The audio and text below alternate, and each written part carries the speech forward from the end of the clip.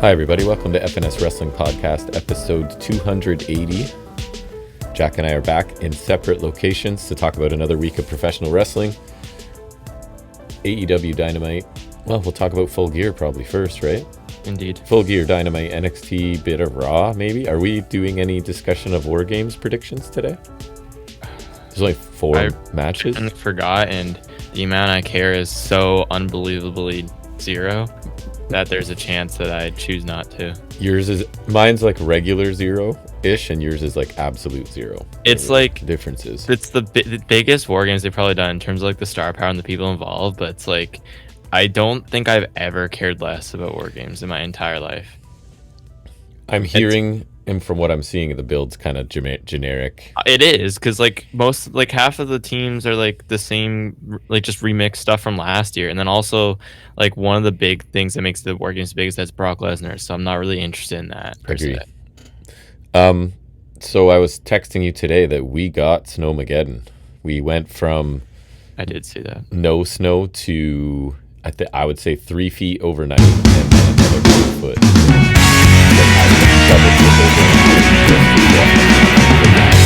Mine's not that bad at all. To get the car out. Oh, we got a crazy amount. A thin layer on, I think. Your mother and I put in like hours of shoveling, and we'll probably have to do it again on our way out tomorrow. But anyways, so it meant there was nobody at work, so I got lots more work done than usual, which was nice because you know how that is. Buses weren't canceled, but buses were running, but not many people were at work. So, what's new with you? What have you been up to? I think due to the weather, half of my philosophy class wasn't here. We all just sit on one side of the room. So how many people is that? I don't know. Like dozens, hundreds? Dozens. Probably, I guess. If I had to, definitely hundreds. It's not one of the bigger ones. Nice. I don't know. I don't really have much going on to discuss, really. You?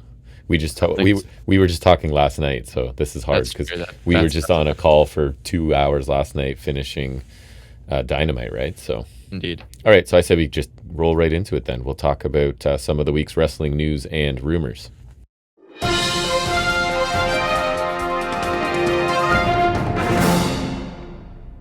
Man, I am rusty at doing this on the remote thing. I'm struggling here. It's funny, we had the worst banter ever, and then in between when I paused the recording, we just chatted away forever. Yeah.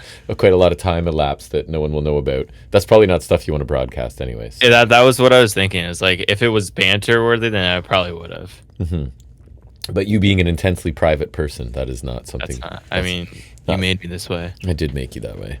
Okay, news. I don't know, man. I've got huge news, obviously, to start. Sorry, I couldn't get it out with a straight face. Did you hear? Always try to do that because sometimes you believe me. I do. That's always that is always my goal. Is like when I have to deceive your father. You buy it, but I sometimes I just can't do it. How nice! What a nice boy you are. Did you hear who is probably going to appear with TNA and maybe sign if things go well? Oh yeah, Bear Bronson. Yes. I did. Oh yes. That's one of the ones where Bear frickin' Bronson. The clickbait got me because it was like former AEW stars going to. And I'm like, yes, okay, same. It's like it's the Bear County guy who's not a monster. Because remember the other guy got in like arrested. Yes, I assumed it was the non-monster one. Yeah, obviously, but like I was like, oh okay, cool.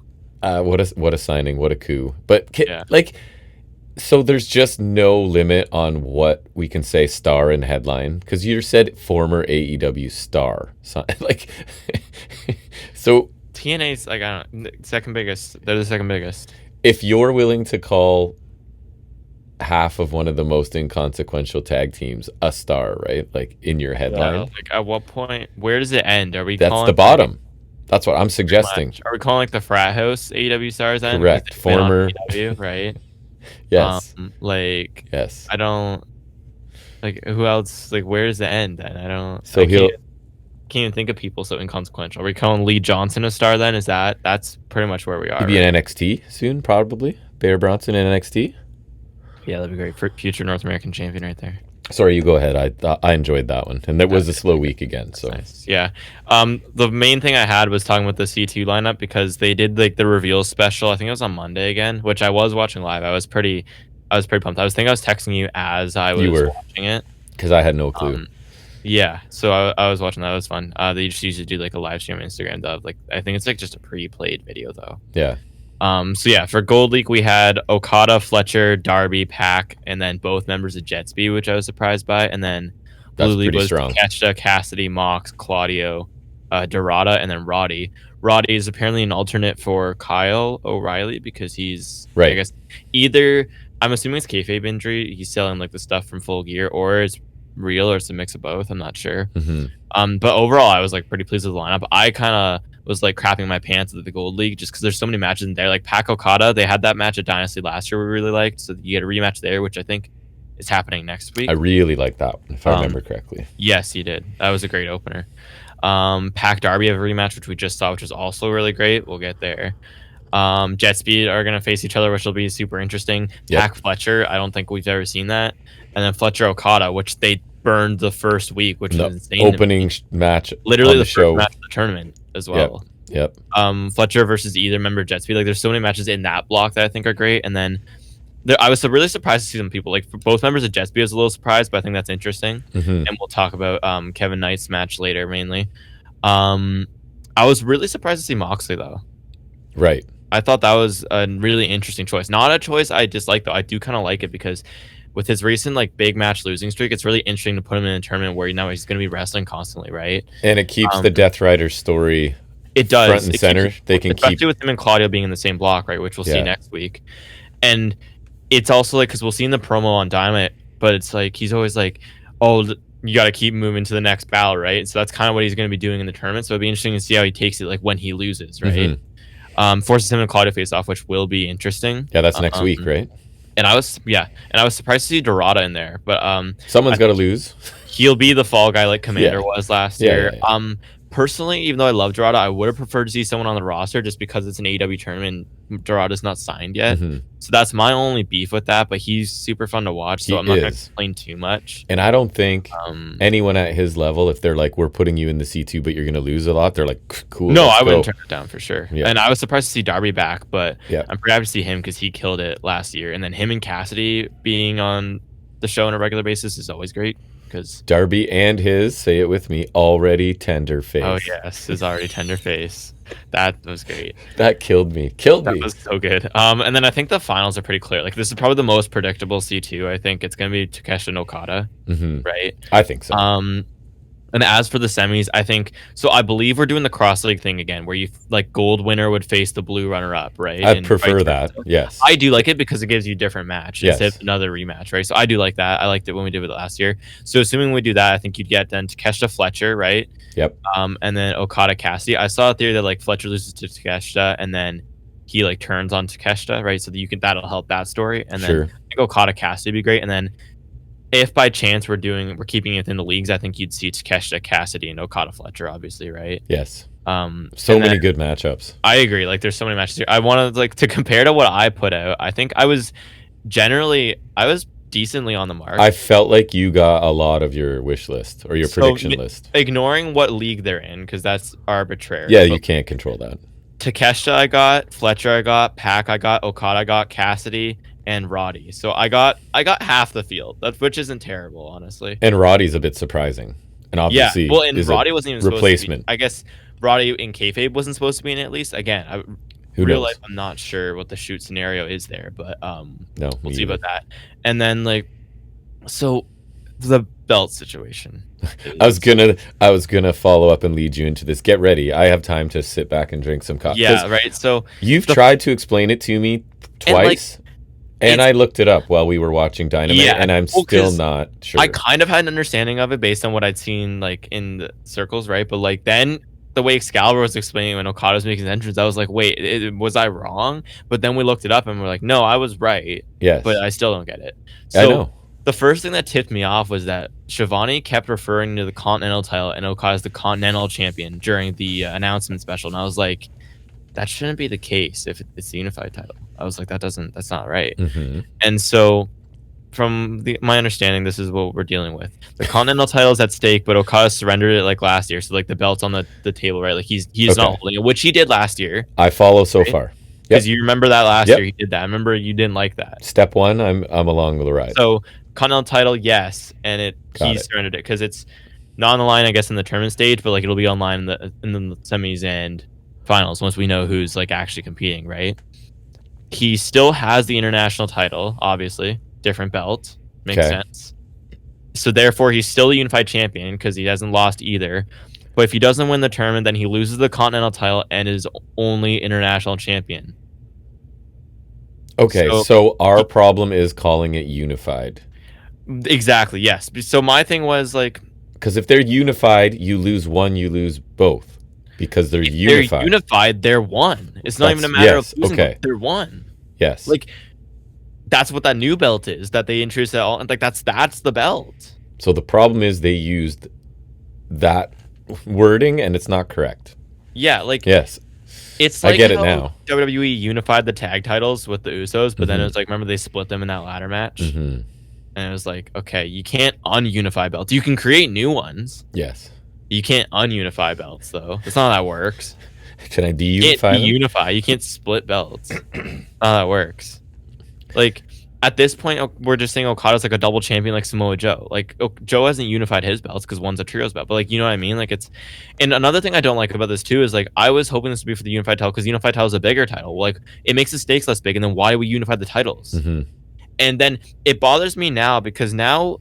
So I remember commenting on this in the one Instagram post, but it's like... So we unified the titles to make room... Like, or to, like, lessen the amount of belts, which is, like, that's fine, right? Yep. I already didn't like the idea of the unified title because I think we should just kept the international title. It's beautiful and it's just better than like beautiful and better. Well, and it's better because one, I think it's better looking and cooler sounding than the continental title, right? But then it's also less confusing than the unified title because the unified title sounds like a world title. It's like WWE had their undisputed title, like that's not a mid card title. You know what I mean? Yeah. Kind of like that, right? And so that was my thing. But it's like, okay, we unified them, we have less belts, whatever. Then we introduced the national title. So now we're back to square one in terms of the number of belts, right? If we have the unified title and the national title. But now, if Okada loses, which he will, in all likelihood. I think so. Now, the continental title and the international title are split again. So now, not only are we not back to square one with the amount of belts we have one more belt. Because now we have... Now for the mid-card belts, we have the TNT title, which we always had. Now we have the international title and the continental title, because now they're split again instead of two. They're two again instead of one, and then national title, so now we have 4 mid-card titles, which we don't need. And then to make it even worse, now we would have, if in the event that the belts get split and they're not unified anymore, now we have the international title and the national title in the same like company. Right. And to make that worse, the national title is the one that's the traveling belt. So the national title is the one that's the what the international title should be. You know what I mean? Yes, because it's going it's the traveling belt. It's the national title is what the All Atlantic International title was originally supposed to be, right? And now, not only do we have this naming confusion, the national one will be leaving the nation. Right. You can see how this is a mess. Yeah, it is. Like, I love AEW, but what are we doing? Yes. Like, I hate it. Like, why can we just because I was saying this to you, and I saw someone else say this, and I feel like it's right. I feel like we made the unified title just to add like the gravitas of the Omega Okada match. I think so. Omega and Okada's like finishers are literally on like the outer side plates, right? So there's that kind of adds credence to that point. But then it's like, it's just like we should have just unified. It was like how RVD in 2002, he was like unifying. I think he unified the hardcore and the European titles into the Intercontinental title, but he just kept the Intercontinental title. We should have just done that with the international title. Even if Okada won, just give him the international title because the Continental title, like just the international title, is beautiful. Bottom line. But because now we just what are we doing? It doesn't too many. I'm on here all the time saying there's too many. I don't even we do have too many belts, and I wouldn't even be mad if we had just... I honestly wouldn't care about the amount of belts if we had just kept the international and the continental titles and just never done the national title. I wouldn't care. Yep. But now it's just this whole confusion with this, and it's like... Now you care very much. And my thing with the national title too is, we could talk about this with Full Gear, but since we're on it, it's so they basically just copied the design of the old NWA national title / current NWA TV title, which it's not an ugly belt. It's just, it's old school. It doesn't feel like it fits Yeah. the AEW belts. You know what I mean? It's kind of like, I know the AEW title and the women's title and the international title, like, they've all taken inspiration from old belts, right? I don't remember which ones, but I know they've taken inspiration from old belts. But like, they make them modern, like they make them their own, right? I really wish they had done that with the national title, because it's just like essentially the NWA belt with the AEW logos on it. And so like, it's not ugly per se. It just feels out of place. You know what I mean? Yeah. I feel like I've seen other people say that too. I'm And sure. I don't love it. Don't love it per se. Yeah. I guess it's me. Yes. Did you hear AEW made a signing as well? Yeah, Almost I as forget. exciting. Oh, didn't it Women's say former WWE tag team? Oh yeah, right. It's yeah, I remember now. Lacey Lane. Yeah. So I guess because she had that match with Monet a while ago, and Yeah, then and I think she's had a couple ROH matches. signed too. up. She's fine. She's not gonna move She the can go needle. to ROH. Yeah, that's true. She's a perfect women's TV champion. Also, can I just point out while we're on the topic of ROH, why do they have 3 women's belts? I don't know. Do they They have have more women's belts than than AEW women? does. That's what I thought you were gonna say. No, they have more women's belts than AEW does, because AEW only have the world title and the TBS title, but then in ROH we have the world title, the women's TV title, obviously, which Monet just unified with the undisputed or with the interim title, which means we're not going to split them again. That's how right. it works. That is right. And then we have like they're still doing the tournament for the women's pure title. Oh So, yeah. like, how is it like once they finish that tournament, there's a women's pure champion. Man, you're gonna have a field day with the who's champion in ROH game. I haven't played it in a while, so Yeah, I'll look forward to it. I'll pull it up right now while you actually can I get on Speaking the of Ring of Honor and championships, do you know who the long-term choice is to have defeat Athena? It's not that surprising. I do not. It's not that surprising. Billy Starks. That's terrible. And they're I mean, saying it's not surprising, but that's terrible. the things I was Why? reading is saying that Athena was ready to drop it to her earlier, but then they changed sort of things. Oh, that's such a terrible choice. Athena's already beaten her too, so that kind of takes Right. the wind out of it. But yeah, anyways, keeping on with ROH, I'll do my story and then I'll All right. I'll play the game. Roosh is out of action with a knee injury. I did see that. Yeah, That's unfortunate. So, actually, I like Roosh. okay, so this kind of does kill the game a bit. So we'll play the game first, Mhm. and then Bandito. okay, sure, that one's a given because that one I know you have to know. Athena. Okay, we'll take out Bandito and Athena because they're on AEW. Okay, pure champion for the men since the women don't have one yet. Moriarty. It is. Oh my god, it's been hit. That's just my stock answer, and it seems to he had it forever? He's had it for a while. Because I've been saying his name nonstop. TV champion for the men. TV This one, champion for He's the been on men. AEW. He's been On a bit though. Did he have the belt with him when he was on? Yes. Oh. Yes. It's tricky because he's technically still hurt, I think. Technically still hurt. Yeah. In Ring of Honor. Yes. Was on Dynamite. Pretty regularly. Pretty regularly.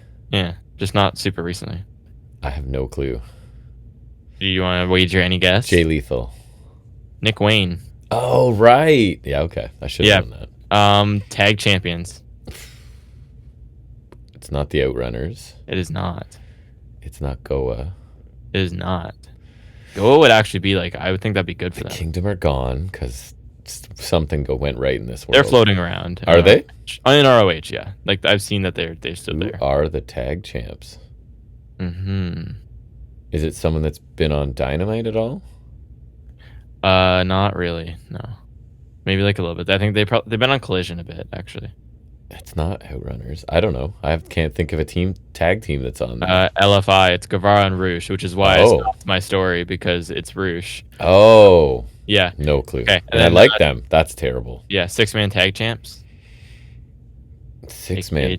AK Trios titles. Dustin Rhodes and 2 other people. Not anymore. Sammy Guevara and somebody. No. No, I don't know. Who?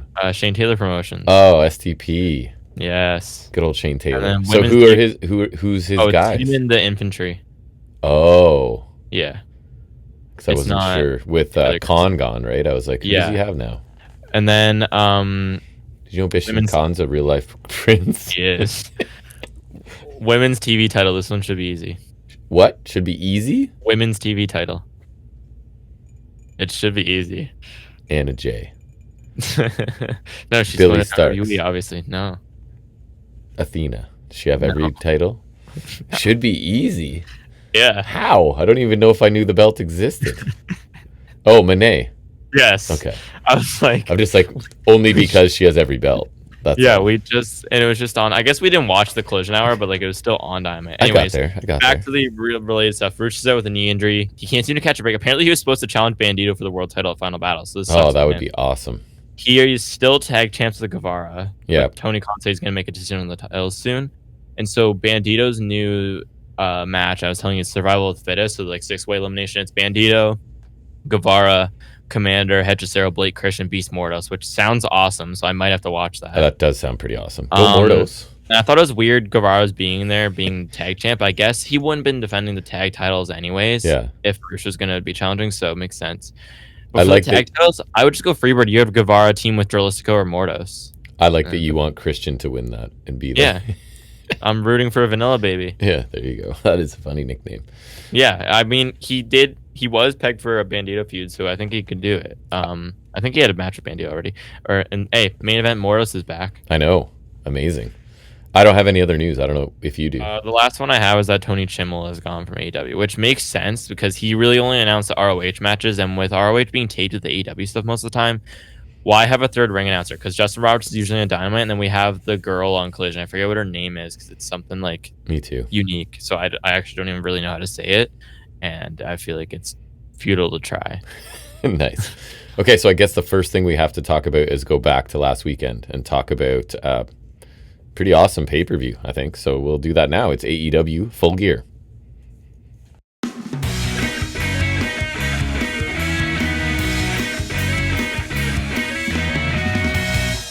So Full Gear ran smoothly. We didn't have to make 900 attempts to get anything working for this, right? Which was nice. No. So yeah, the show did that thing where, because we were not doing anything, so we just kind of watched some of the pre-show, right? Yeah. And they did that thing where the last match on the pre-show. It bleed over again. It was starting, and then like Okada wasn't there yet, so Okada made his entrance as the main show started and as the match was already going. So that was kind of funny. Yeah, that was a pretty cool. And Hechicero early on is like playing peacemaker between Takeshita and Okada, because Takeshita, like, Okada's pretty blatant with like hatred of Takeshita, and at some point like they run. But like Callis is like always playing it off and kind of like excusing it or like ignoring it, or. But I feel like at some point you run the risk of Takeshita not looking great, because he keeps, like, the guy literally flips him off in his face multiple times, you know? Right, but I think it's like Takeshita, obviously, because he's like, they keep making the point, they've been making it lately more than ever, that like Takeshi's like the founding member of the Callis family, right? Yes, he's been here the longest. He's like Callis. He was at least Callis's golden boy. So like, I think that's only something to consider as well. Yeah. That, like, yeah, okay, Takeshi's maybe like he's trying his hardest not to dip out, but like it's getting to a point, right? And then eventually Callis not doing anything, maybe that's like, you know, then he turns on Callis, right? Yeah, something's coming for sure. There's a bunch of stalling in the corners, and then Mystico returns because he was taken out really early, right? With something with his arm. I think it was like with a chair. They did like a chair stomp on his arm. I think there was multiple arm selling on this show. Yeah. Mystico's really on fire early on. Okada hits. Well, this was one of Mystico's better showings that I've seen, I thought. Oh, yeah. Takeshita was down at one point, and Okada's like hitting him on the back, because from that angle, Takeshita won't be able to tell it's him. Do you remember that? Yes, yeah. And then I think he shoves him out of the ring, so we get some more Takeshita Okada issues with Neon. Is that how we pronounce it, I think? Mm-hmm. Neon, whatever. Accidental Rainmaker at one point, right? Yeah, they kind of repeated the spot from the Wrestle Dream match. Right. And then I thought Neon and Dorada were super impressive because they got a chance. Dorada's always really impressive, I find. And I really hadn't seen the other guys, and they looked pretty good too. So I know we've seen Neon before. I don't remember when.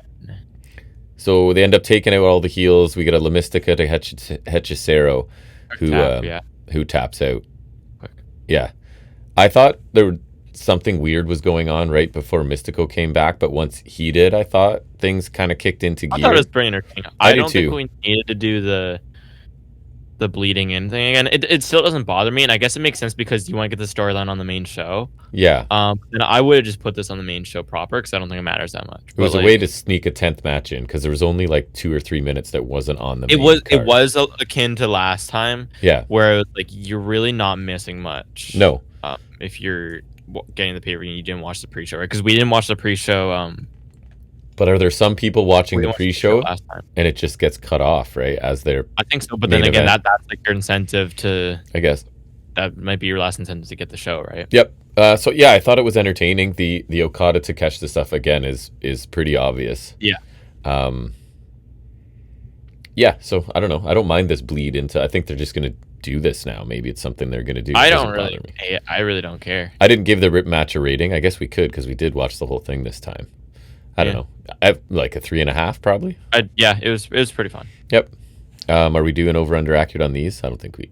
On that now we'll save it for like our actual matches. So the show proper now opens with something I was pretty excited for, and that's Pac versus Darby Allin. I love Pac more than probably almost anybody, right? So and Darby's also always just an awesome opponent for anybody.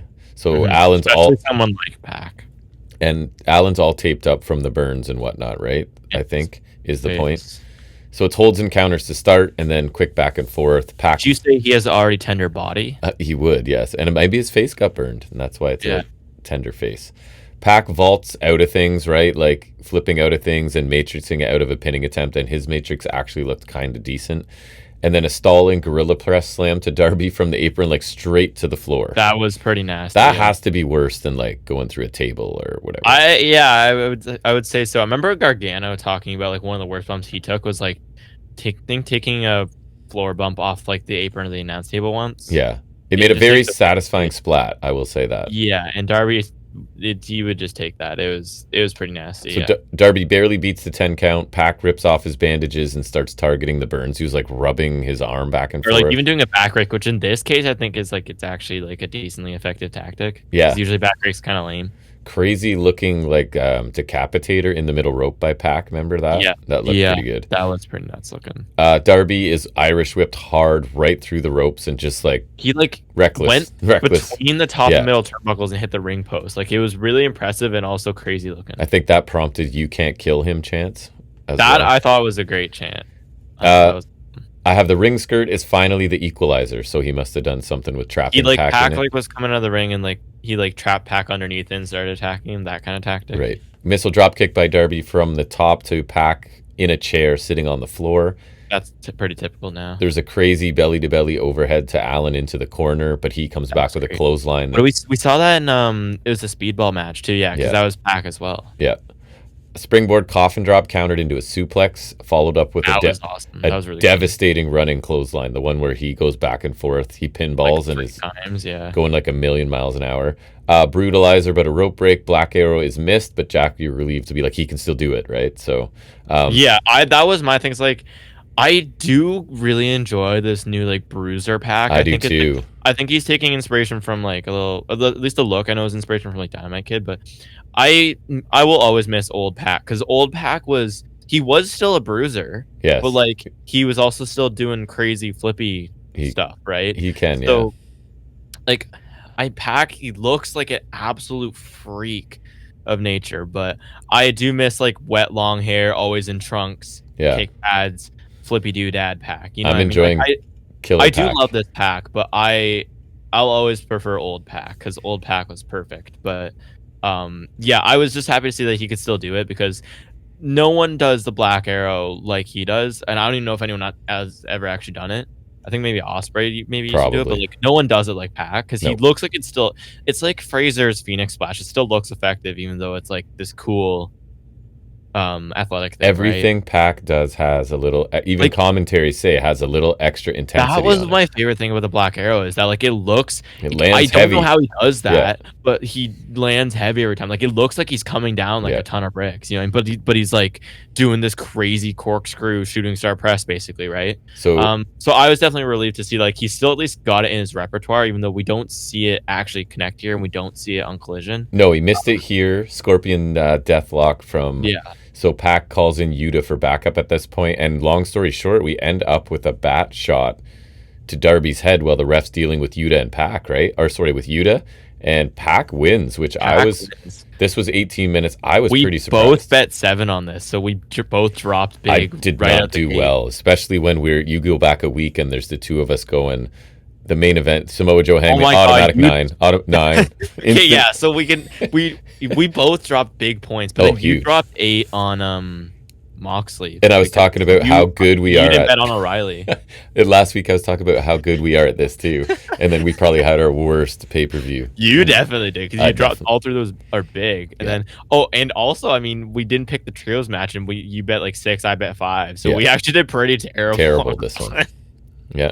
And I dropped 6. I didn't pick FTR. Yeah. Oh wait, and you picked Fletcher. Oh, we did Terrible. do terrible. Actually, you did horrible. Yeah. So I don't. Oh my God, I I didn't think about how. didn't bad we predict did. this, but I still love this match. I'm thought almost happier that I didn't predict it, just because like good for Pac. Darby started out like out wrestling Pac almost, like really technical stuff, which was cool to see. Yeah, And then Pac kind of flipped a switch, and he's like this super intense, aggressive, which I think he's like the best at doing. And then he dominates like the middle portion, and I could watch him just like relentlessly come at you with just crazy looking stuff that looks yeah. extra It's, stiff.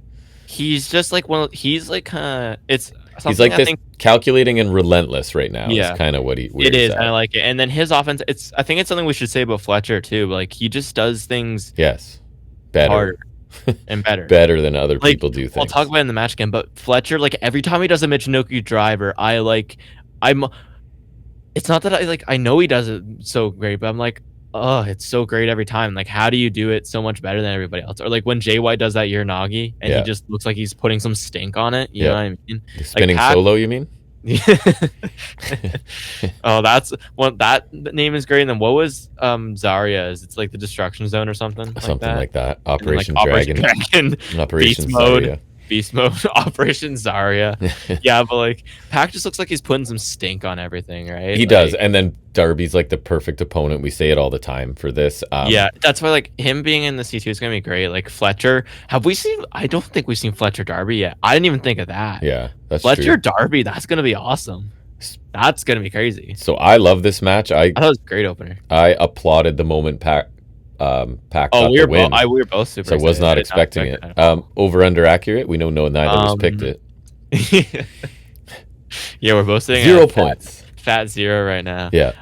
Yeah. So it was about 17 minutes, which I thought was solid. Yeah, me too. It's a 7.98 from Cage Match. Nothing from Meltzer yet. So I would have to go we're going with accurate. Meltzer. I said 4 stars, and that's I agree. 7.98 is as close as it gets. So that's Not accurate. a ton of like, it was a pretty short build, but I guess like Darby's been feuding with the Death Riders for a while, and like Paxton being so I guess like the build has been there for a while, but like not a lot of like focused build, we'll say. Yeah, I thought it was great. But yeah, I thought it was a great match. Then this was the only this was the low point of the show for me. I agree. 100%. It was the 4-way women's tag match for the heavy stakes of picking a semi-final, not even the final, the semi-final stipulation. So I don't hate that to like get something like another women's match on the show and give them something to do and like, but like felt like a Dynamite match yeah. to me.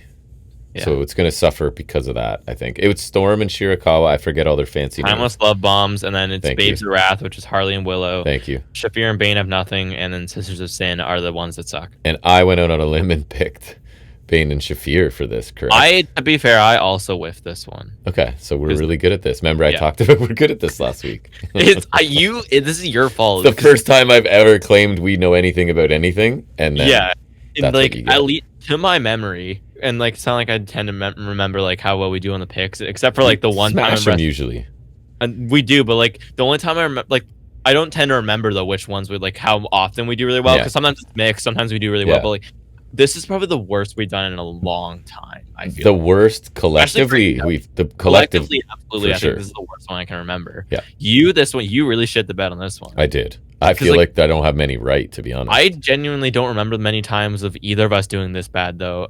Definitely on an AEW show, but even in general, just because like the only other show I remember picking like at all that I can remember was Mania 39. Because remember, I picked everything right until Cody crapped Yes. kick the bucket, right? So, But I don't generally remember. But this is one of the worst ones I think we've done in a while. You jinxed it, and That's for not- that it's not reason, you. though, I like the show even better because I Oh, didn't I'm not know. mad at it at all. I would. Especially because I think I won still. I'm. But we'll see. That We'll helps. talk about that after. We'll talk about it at the end. I'm kind of happy to be wrong this many times. Cause I mean, in certain cases, I would say yes. Especially with, I mean, maybe not, definitely not the main event. I was I'm shocked by that one. very happy that Pac won though. Like, Yeah, I me think too. the other ones, like, I'm not mad at like the FTR one or something. I'm like overly thrilled because I love Brodito, but like I'm not mad at that. But like Pick that Pac, I one. think it's one where I'm like, yes, Pac won. Like, Yeah. I'm happy to be wrong kind of thing. Yep. So this one, early on, Bane is throwing people around. Tony and Shirakawa end up getting control of her. I saw a clip of Bane from Japan. It was her against Bozilla. That'd be Oh, interesting. yeah. I thought I noted the crowd was kind of dead early on, and maybe the opener it was just a fall off from the action of that opener, I think, Yeah, in the beginning right. here. Yeah. So the Babes of Wrath and the Sisters of Sin, Yes. are not in for several minutes to start this. The crowd, Yeah, because they did it a stupid way. Because remember, I think AEW used to do this way. I mean, I could be wrong, but like I know NXT's done it this way. Like I like when it's a 4-way tag. Treat it like a 4-way. Have a there member should from be each no team. DQ, right? So Not even that, but like that, like have a representative for each team in, so that like it feels like a 4-way at all times. I'm fine enforcing the tag rule. Like sure, 4 is no DQ, but like that's the thing you're enforcing because it's a tag match.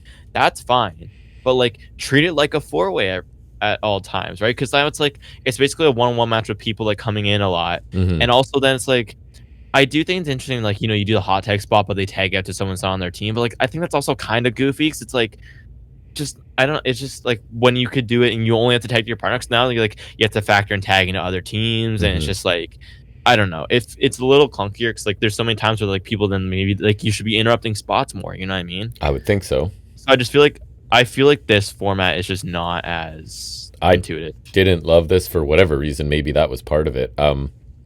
The crowd, I thought, responded really well to Willow and Tony Storm. I agree, which always makes me happy. I love Willow. Storm, I could care less, but I'm happy that Willow's so popular. Yeah, Willow tags in, dominates Sky Blue, and then they double team her for a little bit. And then I was, to be fair, making nachos, but I can still see the TV directly from the kitchen. Cameron blind tag, high cross to Storm. The SOS double team Storm. Bane suplexes both of them at the same time. Willow pounces Bane. Cannonball to Bane and Shafir from the apron. Mina jumps onto the pile, leaving Storm and Cameron exchange pinfall attempts. Storm gets one to stick, and she and Mina Shirakawa get the win and can pick the stipulation. They'll reveal that on Dynamite this week. Dynamite, and it's super exciting. It was 14 minutes long. I don't know. I thought the final few minutes were actually pretty good, but I wasn't that impressed with the first half, and the stakes aren't like whatever. You pick a stipulation, right? Again, this felt like a Dynamite match to me, not something I agree that's on a fairly large pay-per-view. I do get that they just want to, every time these teams are involved, it sort of solidifies them as actual tag teams. I do like So I it get from that point too, and Yes. I like even like we only have one women's match because the mid-card champion Monet is challenging for the world title. So I do like also getting another women's match on the show, getting a match with many women on the show, not just like another singles match like we had Hater Tech last time, but this is like you're getting 8 more women on the show, so that's nice as well. It is. It's just not a match I particularly cared about. Like I thought it was fine, but I'd be hard pressed to remember any details from this one. Yeah, I agree. Over under accurate. 6.1 from Cage Match. 6.1. I'm pretty accurate. I went 3 stars. I agree. Like there's nothing really wrong with it. It's just like it's not that great for a pay-per-view. No. I find. Then we get something that's great for a pay-per-view, I would suggest, and that is Brodito defending the AEW Tag Team Championships against FTR. So after Cash and Bandito start out, Brody comes in, chops FTR, kind of takes over things. Oh man, he was chopping the crap out of them. Yeah, he was. Bandito slams Brody onto Cash. Stokely gets up on the apron to stop a Bandito dive, so Bandito jumps over him. But remember, FTR sort of mostly catch him and then slam him face first on the announce table. Thought that was really cool. That was really good. And from there, they kind of isolate Bandito for a while. We get a lengthy Dax submission.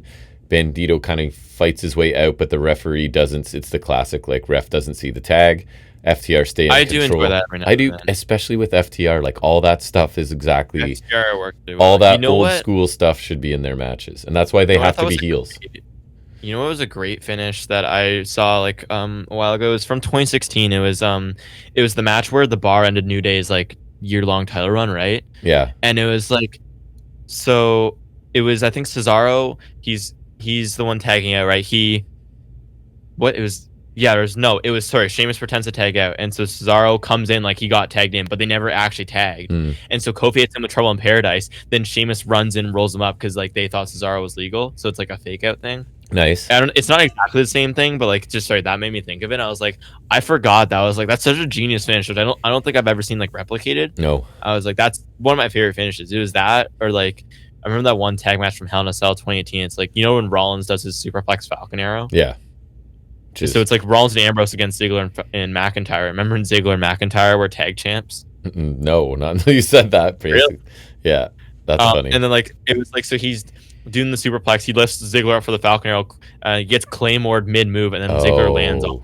Yeah. That and like that's familiar. One of my favorite. That I always remember that finish. That was such a good match for like the shitty era of main roster. Yeah, which continues to this now, day. But like that was like, it was like the late 2010s era of suckitude though. Of suckitude. Bandito finally makes the hot tag to King. He cleans house. We get a Death Valley driver to Cash onto Dax in the corner. Then a I love that. That always looks really good. It does. Followed up with an immediate cannonball to both of them. A low bridge sends Bandito to the floor so FTR can double team King for a little bit. The Powerplex is caught. Frog splash from Bandito. Brodito and now. The Powerplex is so like simple, but it's so great. It is. They did do a variation of it here, I'm pretty sure. I forget what it was. Did they? I might be coming up. At some point. I'm not saying right now, but like I remember them hitting something like it. Stoke pushes Dax out of the way of a Brody dive. King gets taken out. Bandito's alone. Was that one? Didn't Stokely take a hit? Or right? That's what that was, I'm pretty sure. Or am I thinking of something else? Yes. Right? He takes. Stokely took a pretty big hit. Yeah. He took the hit from Brody, a dive from Brody. Right? I was gonna say. Dax slingshot powerbomb and a nice splash from Dax for 2. Was that your Powerplex thing? I think so, which looked really awesome. And also the slingshot powerbomb from Dax is really cool. Back when he was having that really strong run of singles matches in 2022, that was his move, I remember. Bandito one arm press slams Cash to the floor and then follows with a high cross. He's a beast. Shatter Machine countered by Bandito, 21 plex to Cash, but immediate Shatter Machine Smash contraption to Bandito, and King barely breaks up the pin. And there were some near falls in this that were awesome. Oh yeah, and I didn't know which one was going to, so I bought into it. And man, like I'll talk about it again at the end of the match, but Bandito looks like superhuman because he was kicking out so much. He's amazing. King misses Cash on the barricade chair dive spot that he does, and we get an accidental belt shot to Bandito that the ref doesn't see. Fantastic. Another amazing near fall there. Fantastic near fall. King gets splashes Cash against the barricade. Another smash contraption to Dax in the ring for a near fall, so they sort of stealing moves here. Cash dives to the floor to take out King. Bandito counters. He's just in Cash again. It's just like, he's so quick and like he is. Sorry, I was just deceptively quick and agile. Bandito, remember he countered the Doomsday Device into like one of those crossbody moonsault. That was insane. It wasn't perfectly cleaned, I don't think, but that's fine. To be able to attempt it is crazy. No, it was good. Spike piledriver to King on the apron.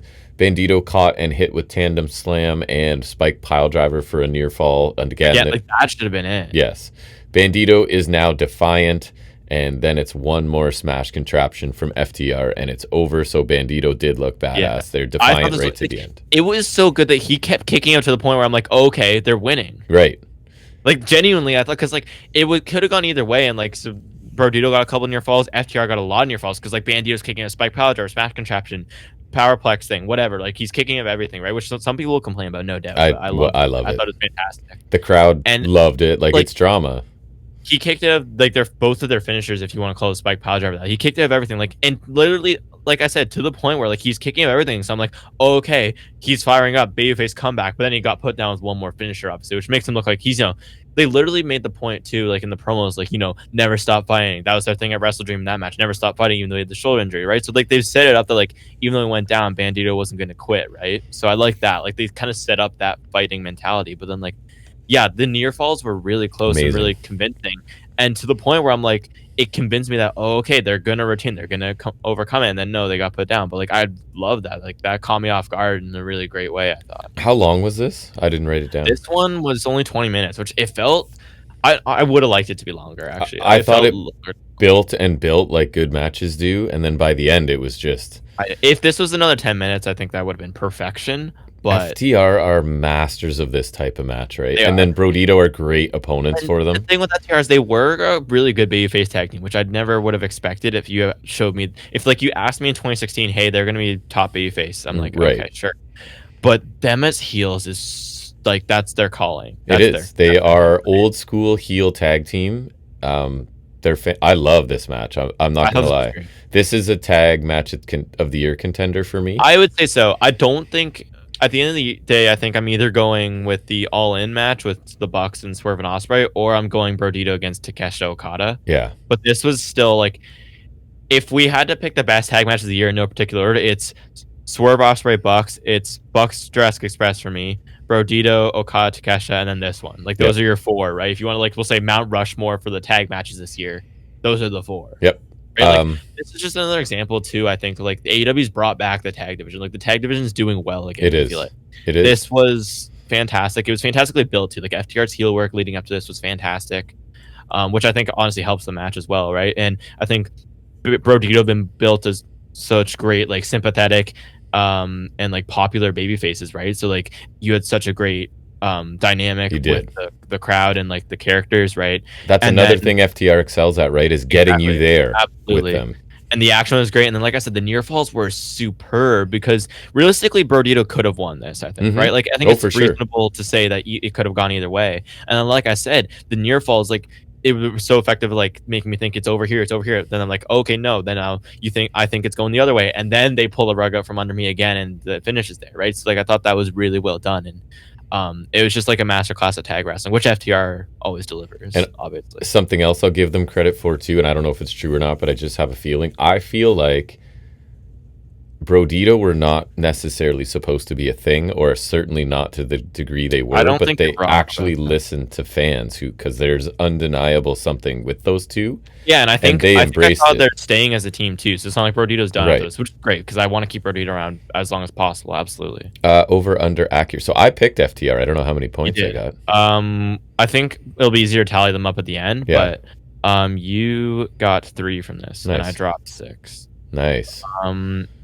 But yeah, this was 8.73. 8.7. I'm in that ballpark. I was 4.5. I love this. I agree. I went 4.5. I thought this was fantastic. Me too. Great match. Then we get the another great match. They're on a fire run in terms of the pay-per-view tag matches. Yes, they are. Because I love the 2 from the last show. Me too. Casino Gauntlet match for the national title. Yeah, now we have to specify because who knows? That's right. And as we know, we're going to get Shelton Benjamin and Bobby Lashley to start out.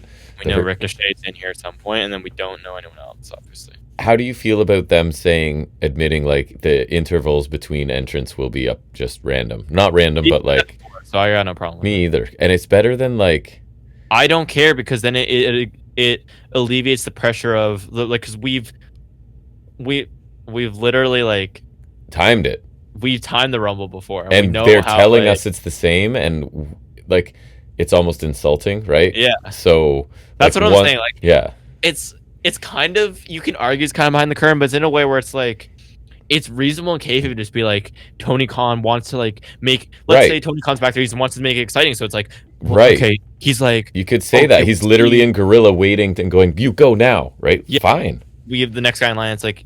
And like he's just choosing opportune times. It's like, okay, be exciting right about now, which I'm sure is like that's literally how they structure the Rumble, right? So it's just a more realistic version of that. I'm totally okay with that. So you're you're like me. I'm saying they should lean into it more and do that. And I think it's then we've made the point where like now then it becomes valuable to get these number 1 and 2 spots, which are whereas in the Rumble it's a death sentence because there's you're guaranteed to have to fight 29 other guys, and it's guaranteed like you're gonna have to last a certain amount of time as well because it's eliminations because the entrances are at timed intervals. But with this one, it's not guaranteed how many people are gonna be there. It's not guaranteed how long it's gonna be. It's sudden death, right? Which they do make a point of. Yes. But like that's why this match is so interesting because it's the number 1 position. Yeah, it sucks because you're going to be in there longest, but you also have the most time to win. Yeah, that's right. So it becomes valuable to be in that starting position, right? Which is a cool way to turn that concept on its head from what like the Rumble is, right? So I've never had a problem with the way they form out these matches. I like think it.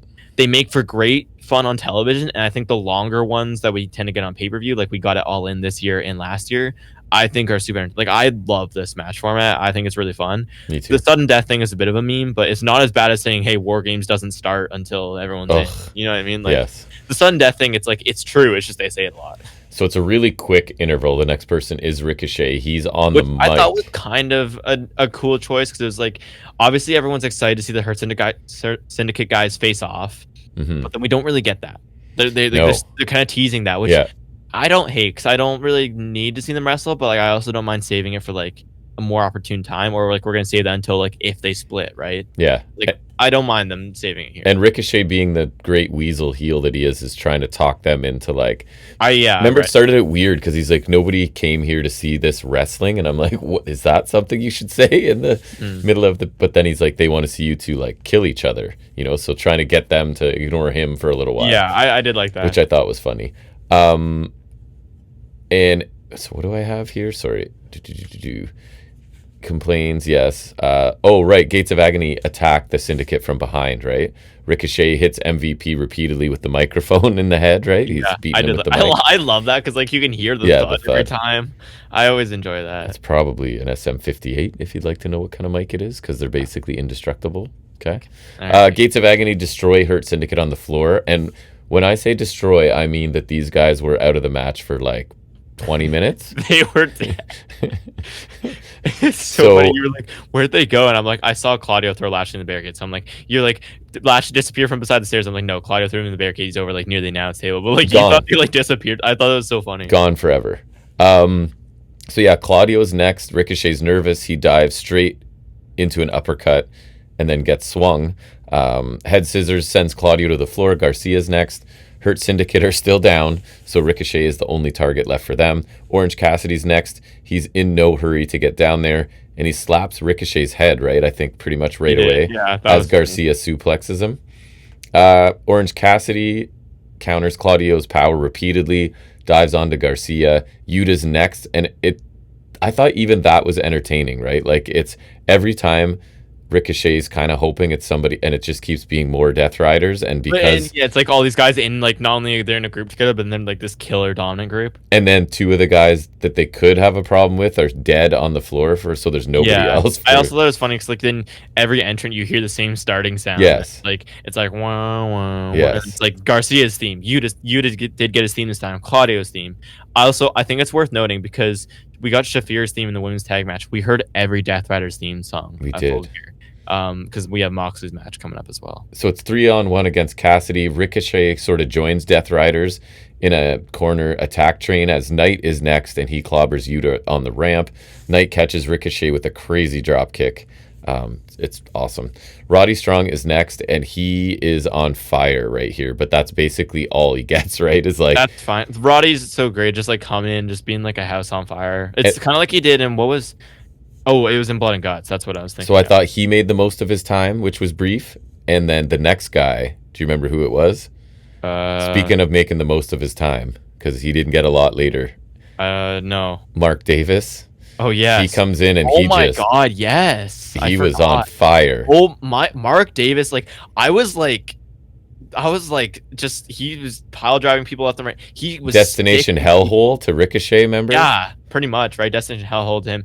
I was like, go Mark Davis. Like, I was so happy for him. Like, I was like, damn, because like Davis is killer. I think not a lot of people know that, but like even here, I was taken aback. Like he absolutely, I forgot he was in it because he didn't have a lot of time, but he made the most of it. 'Cause I was impressed. Like he looked amazing. I really feel like the instructions to Roddy and him were, listen, you guys don't factor a ton into this match, but like get out there and you got 3 minutes, go. No, and they just Davis looked like, if we're going time for like quality ratio, I'd say Davis. He looked like a killer.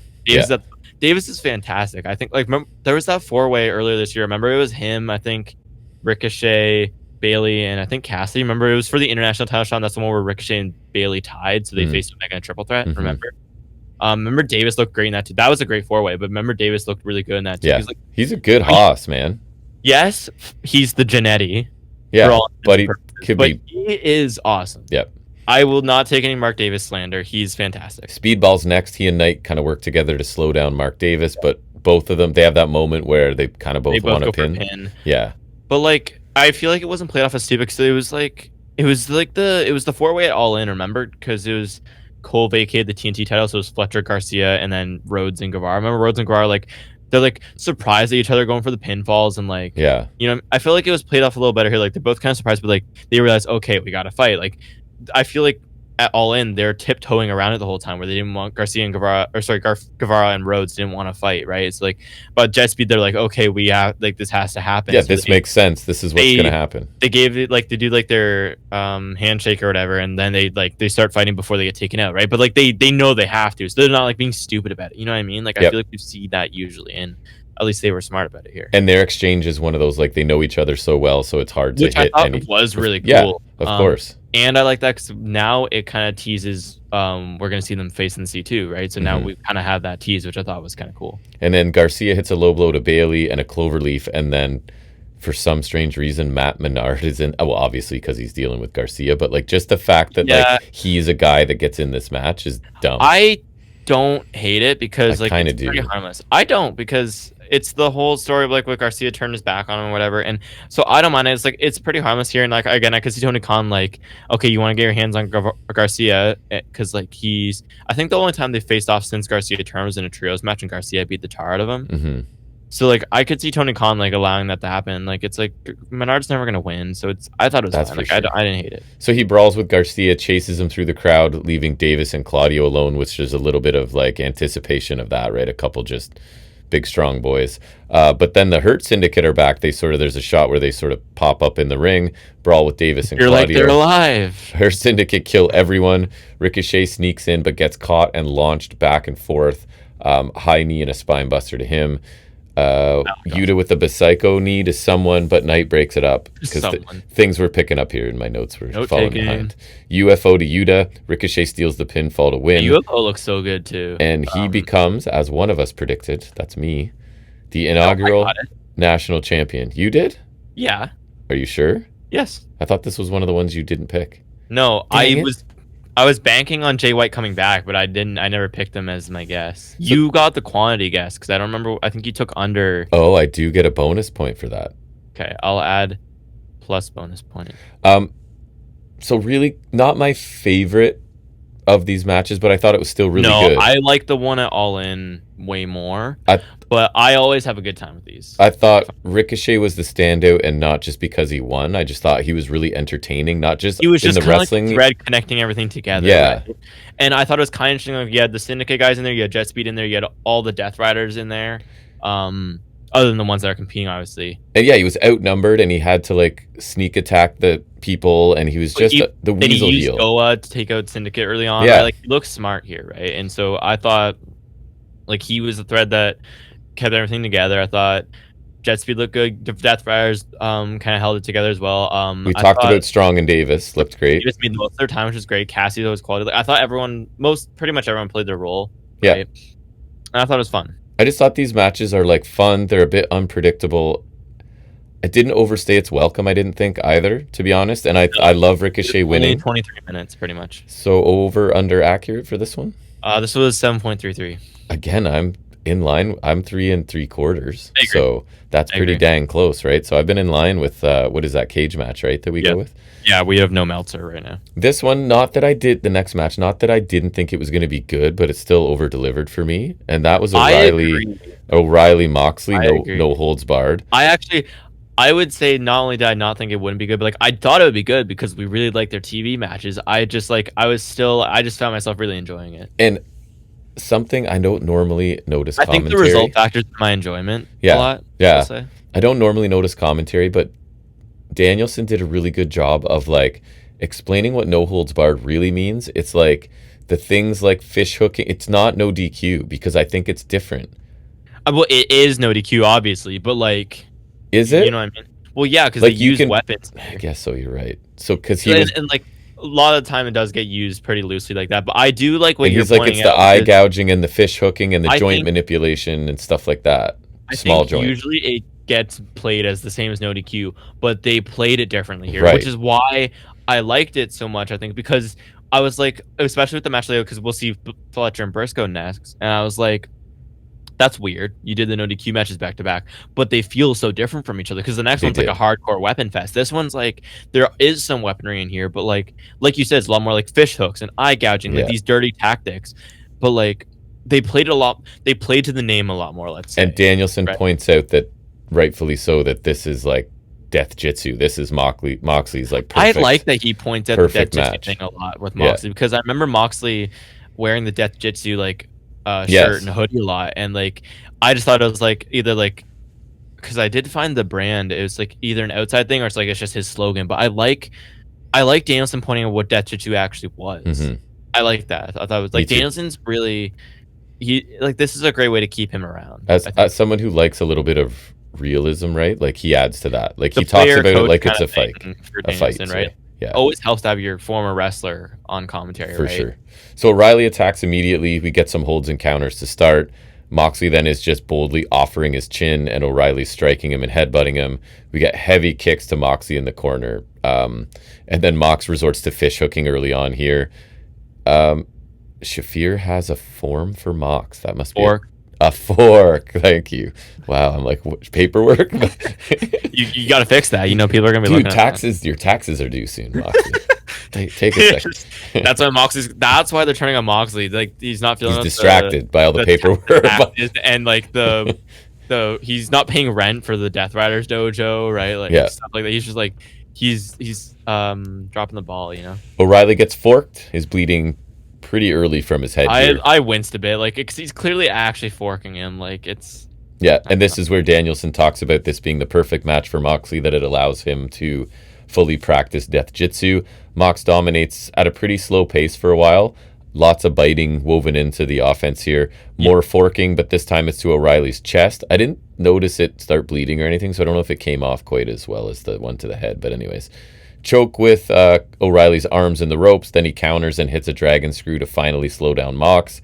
Mox gets sent into the post. O'Reilly sets up a chair on the floor. Missile dropkick off the apron to Mox in the chair. Ankle lock to Mox, but he counters into a triangle, and O'Reilly counters back, and Mox kicks. Yeah, I like the desperation with Mox, too, because the ankle lock seems to be his kryptonite now, right? Because O'Reilly's so good at applying it. He is. He kicks his way out of this one, fork to Moxley's head, and now he's bleeding as well. O'Reilly gets a chain, wraps it around Mox's throat, applies a guillotine. Chain around both necks. I don't know what they were going for here, but I wouldn't. Kind of dog colorish, I think. I don't think they got what they wanted out of that necessarily. I thought it was fine, but it definitely felt to me like it's like, okay, we're kind of going for the dog collar thing, but not like it's not a dog collar. You know what I mean? I felt the time it took to set it up, it wasn't. That payoff wasn't worth it. It was fine, I thought. I like guess. It was whatever. O'Reilly suplexes Mox, connected by the neck. We get a bulldog choke with the chain. Some more holds and counters. Moxley STF. O'Reilly stabs his way out with the fork. Mox stomps O'Reilly's head onto the chain, gets a chair.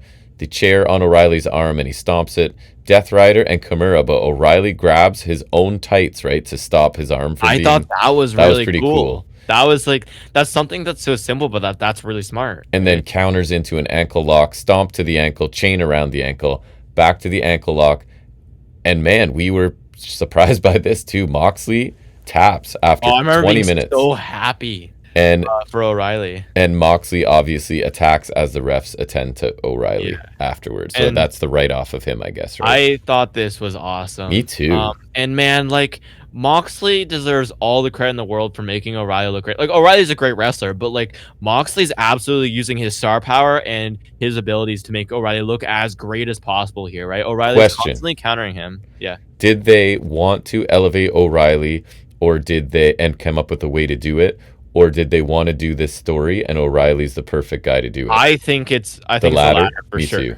Absolutely, because I think that the Mox story has to be told. But why can't it accomplish both, right? Agree. And the thing is, it is a good choice because O'Reilly's got great counters and he's the master. And he's so inherently popular too that like everyone's going to love it, right? Like he's just one of those guys that everyone likes. But you know how, if you think about how many people have tried to do I'm blending MMA and pro wrestling. And O'Reilly's one of the best. He is. Who's better? I would suggest, right? So, this match was. I was really so happy. Cool. I really loved it too, and like it. I was a little worried. I'm not gonna lie, because they had him tap Moxley out so hardcore at Blood and Guts and then on Dynamite the week before this. So I was like, I really think you should win, but I was like a little worried because, you know, typical wrestling 101 storytelling is like you go over on the go home, you're probably not winning. Right.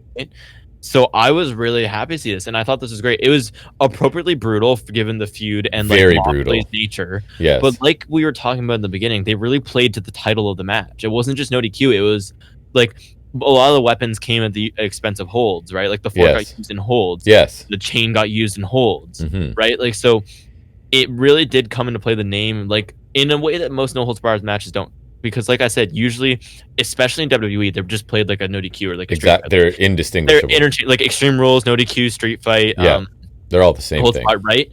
So, like, to me, this one really felt like it was no holds barred and it actually meant something, right? So I really like that. And O'Reilly looks like $1,000,000. He's constantly countering Mox's submissions, and Mox is going for it too. Like, Mox did actually counter out of it most of the time, but eventually O'Reilly just traps him in there. The damage is done, and he can't escape, right? And obviously the riders are going to start to get tired of Moxley tapping out. So. And what a way to put O'Reilly too, because he didn't, like, no one helped him. No one helped Moxley either. No one was really involved in here other than Shafir giving him the fork, right? So that's like, what a way to put O'Reilly big. And then once he's back from whatever injuries, I mean, you got to do something with O'Reilly. I don't know what, but. And then my dream of, like, I watched this finish combined with the opener, right? And I'm like, oh, Moxley lose, Pac wins. Like, my goal of Pac is the next Pac Pool Combat Club. That would be amazing, but I think Claudio's in the running too. I think it's Claudio because see, after Death Riders beat up O'Reilly and they're leaving because the conglomeration came out. They're like leaving, like Yuta and Garcia with Claudio, and they don't leave until Claudio gives them the nod. Right, Mox and Shafir are over the barricade walking away, and they wait for Claudio to be go with I them. see specifically Garcia staring at Claudio, and Claudio gives him like a. You and just then kind they of go. beside him, yeah. Which I thought was a really, really great subtle piece. So nice, right? Like, I thought so too. I didn't even notice it until later. Oh, I remember that, and I was like, "That's." Did either of us pick this one? I did. Wow, that's a good pick. I know. I at the time, I thought it was enough of a risk to be like, I was a little worried, but I had enough confidence that like they like, because what else do you do with this, right? It is a much better story to tell. That's what I mean. Just have Mox win, and then what? I have loved O'Reilly for so long because like good Canadian boy. That and like for me, I think one of the as growing up as a wrestling fan, I think one of the things that I'll always be fond of is Undisputed Era. Yeah. Like not only do I think objectively their run was fantastic, but like that was such a formative part of I think growing up on wrestling for me. Core memory, core wrestling memories. It was, and Black and Gold NXT was like I think prepping me for something like AEW, right? Because like otherwise I was just main roster baby, right? Yes, you were. But like, so I've been watching O'Reilly for so long. You fought me on NXT great. forever. You just reminded me. You fought me on watching NXT forever. Yeah, you wanted I think no I got it part at the of right it. time though. You did. I remember I started watching NXT in the late 2016 because obviously I remember started watching WWE in 2016, but I remember because I specifically remember watching Takeover Toronto because we watched DIY Revival. Takeovers are the best thing in professional wrestling. Takeovers are still special because like we'll talk about it at the end of this, I'm sure, but like AEW always nails their pay-per-views, but like there's something about the takeovers that were just mythic. They were amazing, right? But like O'Reilly, I've always loved him. I think he's fantastic. I think he's vastly underrated. He is.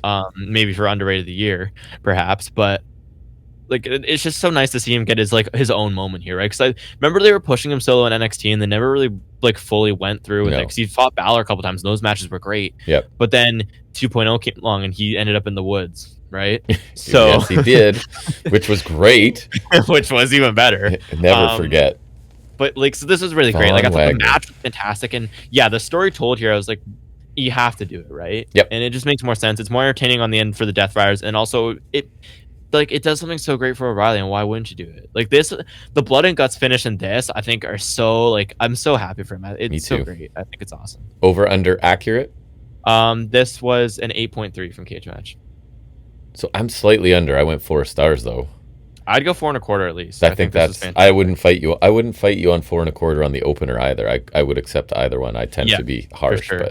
But this show had a lot. Think this one helped because like the story going into this was so strong. Even though like at least for me, obviously you suck and you picked it wrong. I did. I felt I knew where it was going, but like I think it was in the sweet spot of where like kind of maybe not to the point of like Hangman Osprey where I was pretty confident Hangman would win, but that one I was like completely like that could go either way. This one I was still pretty sure it was O'Reilly, but there's enough doubt in my mind to make it compelling still, right? Yeah. And I think that's the sweet spot. Like you want to feel like you know where it's going, so like the payoff is satisfying in this case, right? But you also want to have enough doubt where it's like you feel the drama when O'Reilly's about to lose, right? And I feel like that was there for me. In my Right, defense, I have 4 decades of WWF/E. That's true. You're way more conditioned to like get screwed over. Conditioned me that there's no way that the bigger star is gonna keep losing to the non-big star. That they're gonna make a new star, like on pay-per-view. They're gonna put someone over, yeah. Right? Put Exactly. over like essentially a tag team guy. Exactly. Moxley's supposed to go, this doesn't work for me, brother, and like finger poke him and combine all of it together. O'Reilly's supposed to lie down for him. So, yeah, really good match. This show is kind of littered with 4+ star matches, and I'm a hard marker on these. So, yeah. And another one we're coming. Not going to stop. So I've seen people complain, and I made note that it's an odd choice to have Briscoe Fletcher, which is the next match, due to the bloody nature of both. But it doesn't bother me. Some people are like, don't like it. Like I think in hindsight it's not an issue, because that was my initial thought too. Is when we finish O'Reilly Mox obviously, and then we roll into it's Fletcher, an odd choice, Briscoe, and I was like, that's kind of weird. It is, but it didn't bother me in hindsight because, like I said, they played these matches so differently that yes, they're both bloody grudge matches, but they're so different. I know I picked this one wrong. Okay. You did pick this one wrong too. You whiffed these two hard. I did. So it is Briscoe. It is Fletcher. They've got a bitter feud going on. We watch TNT title, and then if Briscoe loses, he's in the fan. We watched them try and kill each other in person in Toronto. Did no, that was. Oh no, who's that? Fletcher Hangman. It was Briscoe MJF. Oh, sorry, that's right. Oh, I forgot about MJF. It was intact. Me too. Gone so long. Yeah. We get a hard slap exchange to start, and then they escalate to strikes. Also, worth noting, because you definitely didn't notice this. So I thought it was interesting because usually in these big matches, you remember when like Fletcher has like the extended entrance with like the longer intro, and he has like he'll do a voiceover. He did that when we were there. Kyle Fletcher's entrance had 1 extra syllable in the song. No, but like you know what I mean. Do you remember? Like is that he where does we're like going? No. Okay. Do you remember he does like he usually does the extended intro for the big matches, right? Yeah. I'm talking about? Yeah. So he didn't hear. Whoa. Which is fine because that happens sometimes. But I thought it was weird because this is nerd levels, right? That's why I just did the nerd voice for you. Yeah. The Tron start for his entrance, and I know it's the Tron for the prelude. I know it's not his main Titantron. I knew from the Tron that it was going to be the extended intro. Yeah. But the music starts playing. And so then I thought it's weird. So he's like standing on the entrance doing like his pose, right, as the music's going. But then I see the words pop up on the screen. So I'm like, I knew it. He was supposed to have the extended intro. I don't know why he didn't have it, because please, as he's making his entrance, anyone listening, leave a comment. Did anyone else notice this? As he's making his entrance, there's not a ton of people listening to us, but if any of you noticed this, please let me know. Well, because like I don't know. I don't think anyone else in the world notices this. When he does the when he does the voiceover intro, like the words go on the screen as he's saying it, right? And so the words are going on the screen, but the music's playing, and there's no voiceover. So I'm like, what's going on? Right? Like, but like nerd. I thought that was weird because it bothered me that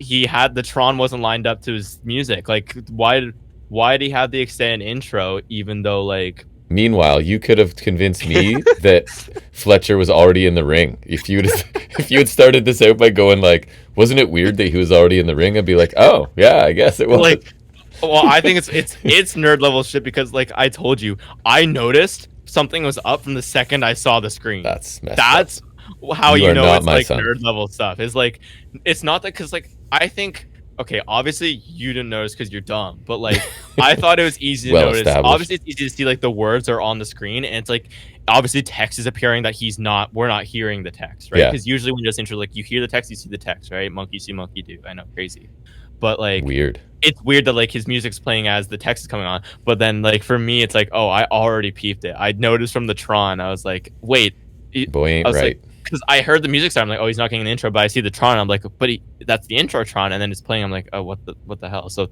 that bothered me. Fair enough. Fletcher boots Briscoe to the floor early, but Briscoe takes over, runs Fletcher into the steps. How long do you think it's been like 3-4 minutes talking about that? That's okay. Great. That's what I think people know the routine at this point. I would hope so. Ghost Jam's gonna love that. That's gonna help. Yes, he might appreciate that. He did text me with something on Full Gear. I forgot what it was. He was also left a comment about. I wanna pull it up right now. How well Bane was doing in Japan, I think. Okay, nice. Yeah, because I was saying, I saw her face off with Bozilla. I didn't see like much. Because he watches Stardom and stuff. I'm pretty. Sorry, did you also see the Lash Legend Tricker engaged? Oh, really? Yeah. Oh, he said that he watched Full Gear and like he didn't expect the ending too. Which nice. Obviously, I don't think many people did. We'll talk about it. But we were so dismissive of it in the moment. Like 9 next. That's what like. Oh, the arrogance that we had, that especially Absolutely. You had. Like it wasn't even worth talking about. Not 9. Well, it's like couldn't be more certain. Go next. You killed this so much because you're like, oh yeah, we're so good at picking AEW pay-per-views. We nail it every time. Not only did like we didn't nail it, bet your mortgage. Bet your mortgage on these picks if you can. You would have. I wouldn't have been surprised. It was like, not only did we butcher these completely, you butchered them worse. Yep. And then I was the lippier one. The one we were like, yeah, 9. We like, oh, it's so funny. Dismissed it completely. Like, it's so funny that I'm not even mad that we got them wrong. No, it's more fun. It's better content, as they say. Well, I think it's funny right now. Briscoe with the chair attack. Fletcher catches Briscoe coming off the apron, hits a brainbuster on a chair. That always looks so sick when it's the seated chair and it just like crumples under them. Small ladder leaning on a chair on the floor. Briscoe. They look like real ladders, you know what I mean? Like not like the gimmicked ones. Yeah, like they look pretty flimsy, but like they did. Yeah, they were pretty look flimsy. Like different ladders. You know what I mean? You know I'm getting at. Briscoe with a flipping dive from the ring. Fletcher moves. Briscoe goes through that ladder. Briscoe is now bleeding. He's slammed on a ladder and gets a ladder thrown onto him. Briscoe whipped into the corner into a ladder. Drop kick into a ladder into Fletcher's face. Briscoe gets a table, sets it up on the floor, half and half to Briscoe on the floor. I thought I noticed Fletcher like jawing with and then spitting on a fan as he remember he sets up 6 chairs on the floor that sit there for quite a while. Yapping at a fan, yeah. I do remember that. Briscoe gets pushed off the top through the table that's at ringside, so the 6 setup chairs are still sitting there.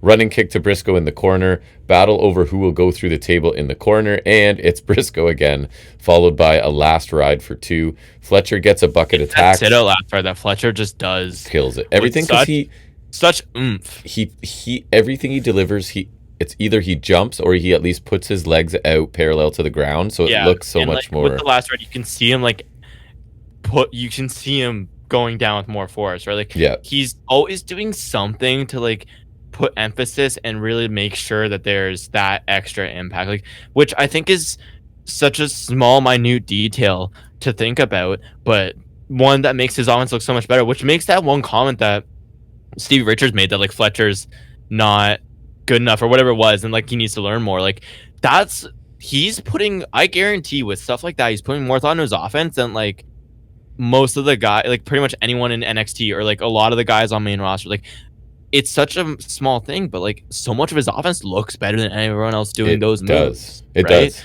And it's such a small thing to think about, but it really does make all the difference. It does. Bucket attacks go into Briscoe's mouth, right? And Fletcher super kicks. It really does pale in comparison to the Briscoe's last encounter with like all the attacks. With every attack. Literally every attack on the planet. All the attacks. Briscoe counters, hits a fisherman suplex to Fletcher onto the tacks. Briscoe then gets a barbed wire table and a regular table and a ladder.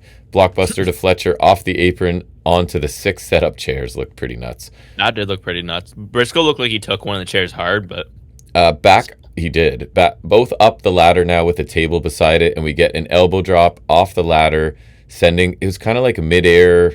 I thought it was kind of cool. Yeah, it was. Like Fletcher climbed up to fight him, but then he got knocked down a bit. And then, Briscoe comes down with the froggy bow as... Fletcher's kind of like leaning back, off the ladder, still standing up, and he's like over the table, so he ends up going through. Obviously, Briscoe finally gets the barbed wire table into the ring, but Fletcher now has a screwdriver, low blow screwdriver to Briscoe's head, and then this is where it's almost a step too far to me is when like Fletcher licks you could see the Oh blood my! on the screwdriver and he Not licks too it. long ago, I rewatched the Osprey Fletcher cage match Yes. from Revolution this year. He's a bloodthirsty boy. They do that a lot in that match too. Yeah. Like they lick. I think Fletcher licked the cage at one point. The unforgiving steel. Crazy. Briscoe, low blow, and brainbuster on tacks for 2. Spike gets stuck in the turnbuckle. We get a brainbuster tease there. Another screwdriver stab to avoid the cutthroat driver. Fletcher brainbuster on the tacks for 2. Razor's edge to Fletcher through the barbed wire table. Jay Driller and Briscoe wins this match. Is that crazy though? Because Briscoe set up the barbed wire table and he didn't go through it. That's nuts. They're not following the wrestling. Again, I've been trained to see things a certain way. Yeah. 25 minutes. I Fantastic. think this was the best match on the show. I could argue that for sure. I'm giving it the same rating as a previous one. I think it's either this or probably the tag match, but that's the other one I'm giving it. I lean towards this one because I think this one's been set up really well and like just the brutality, but like in the action on display, I think it was really great. I would probably lean towards this one. I think this one was really great, and I'm really happy for Briscoe. He went from being a guy where he actually puts on good singles matches, but like he'll be a good like enhancement talent or like not enhancement talent, but like a good hand, right? Yeah. Kind of like the lethal role. Like we said that about him in the first C2. But like he's really gone over this year, and his also, personality is infectious, right? His I think personality is so infectious that I feel like it's made him a bigger star. He's delivered in every big match. Like he had 2 matches with Fletcher already that were really good. Great year. He had a really good stretcher match with Ricochet, and the tables and tax match with MJF was awesome as well. Yeah, he's had a big year. Had a pretty big year despite only winning a title now. We're at like the end game of the year, and he's only winning a title, but he's had a great year, I think, right? Yeah, this. And so yeah, I think this is just a culmination of everything he's done. And like again, you're an idiot. Like this, it just felt right? This one, I feel like there was less doubt than the Fletcher match the O'Reilly Mox match. Yeah, I took Briscoe an 8, so that's a big dub for me. That is. And it should be that Briscoe deserves a belt. Fletcher's ready to ascend. I mean, I've seen nothing wrong with this. And like Fletcher, you tried to cheat, but obviously it didn't work. And I just think like a really great match for both of them. They both look great. They both bled a lot, looked brutal. Some just crazy stuff all around. And I'm just really happy for Briscoe. He deserves it.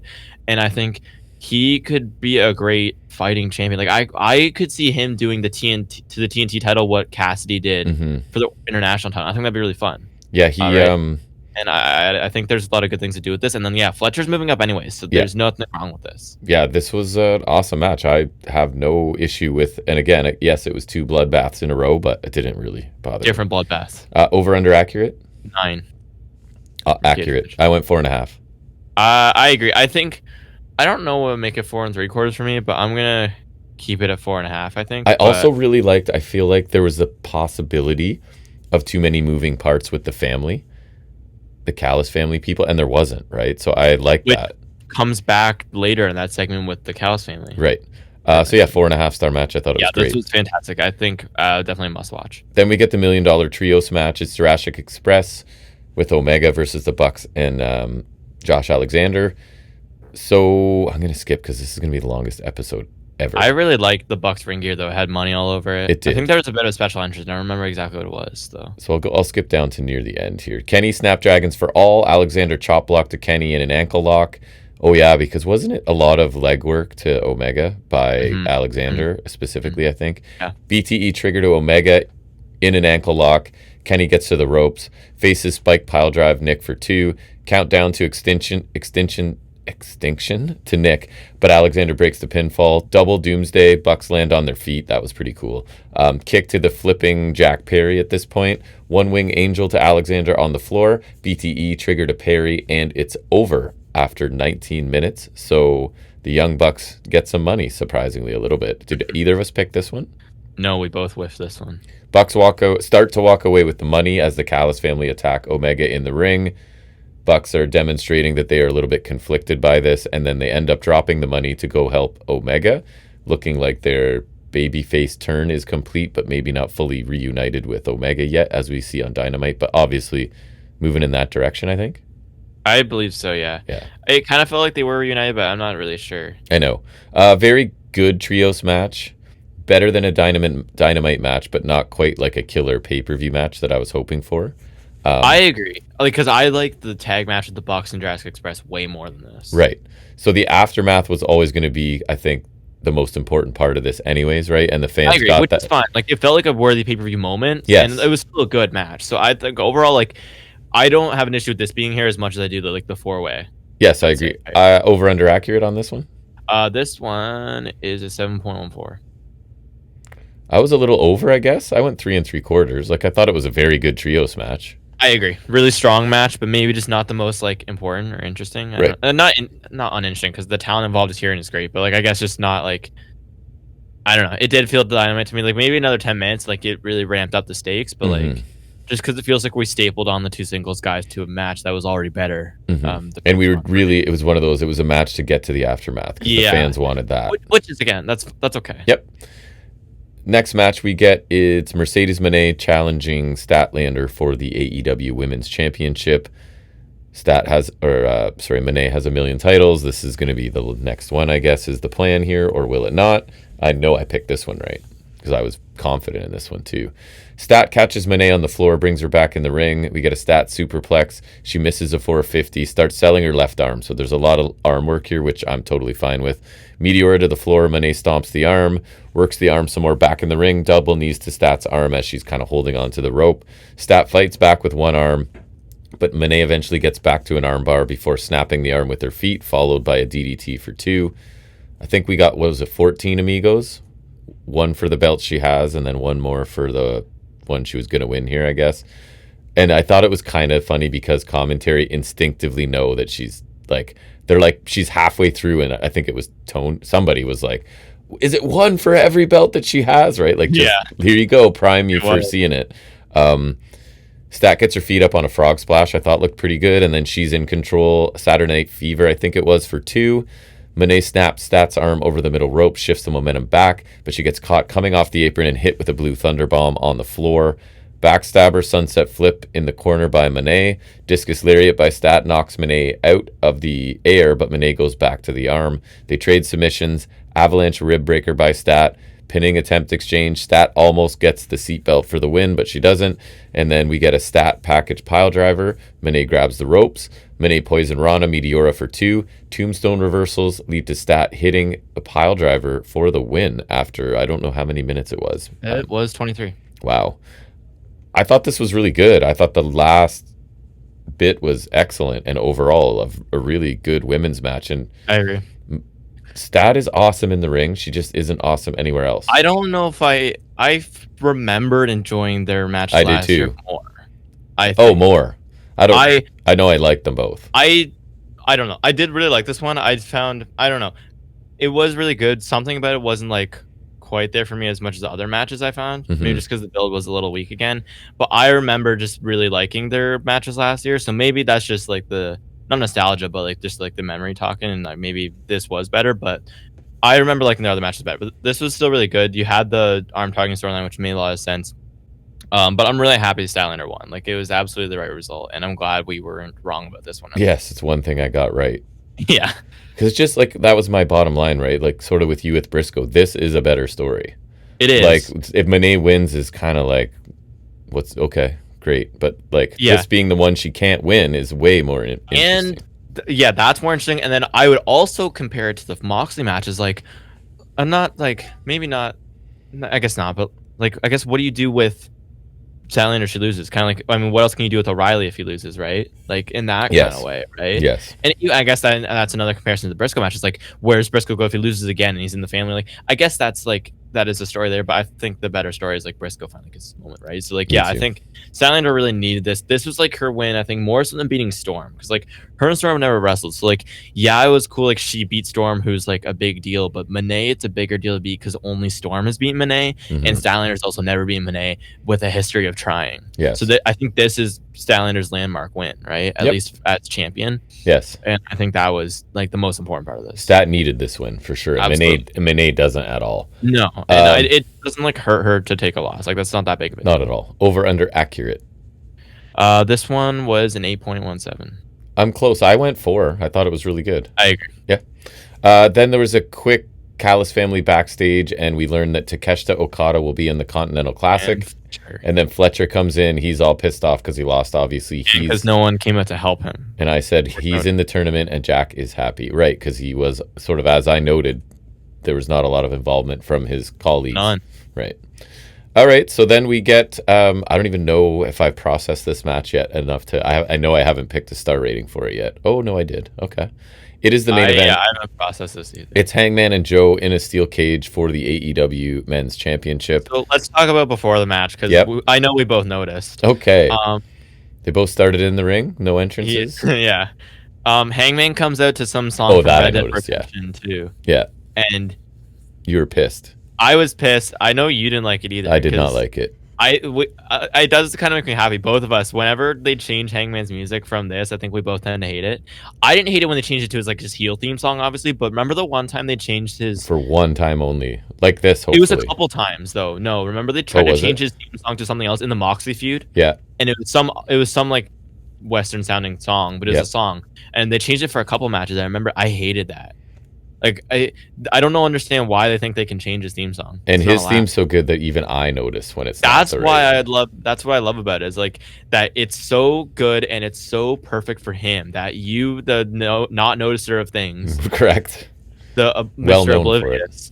Yes. He notices. You notice it, right? Yep. Like that's the thing, right? So like not that it's like there's nothing even inherently terrible about this song or using it. It's that he has the perfect one. Stop trying to change it. We all know it's good. Just I wasn't even mad at like if they use this for like if they sometimes put like a vignette before his entrance. Mm-hmm. That's fine.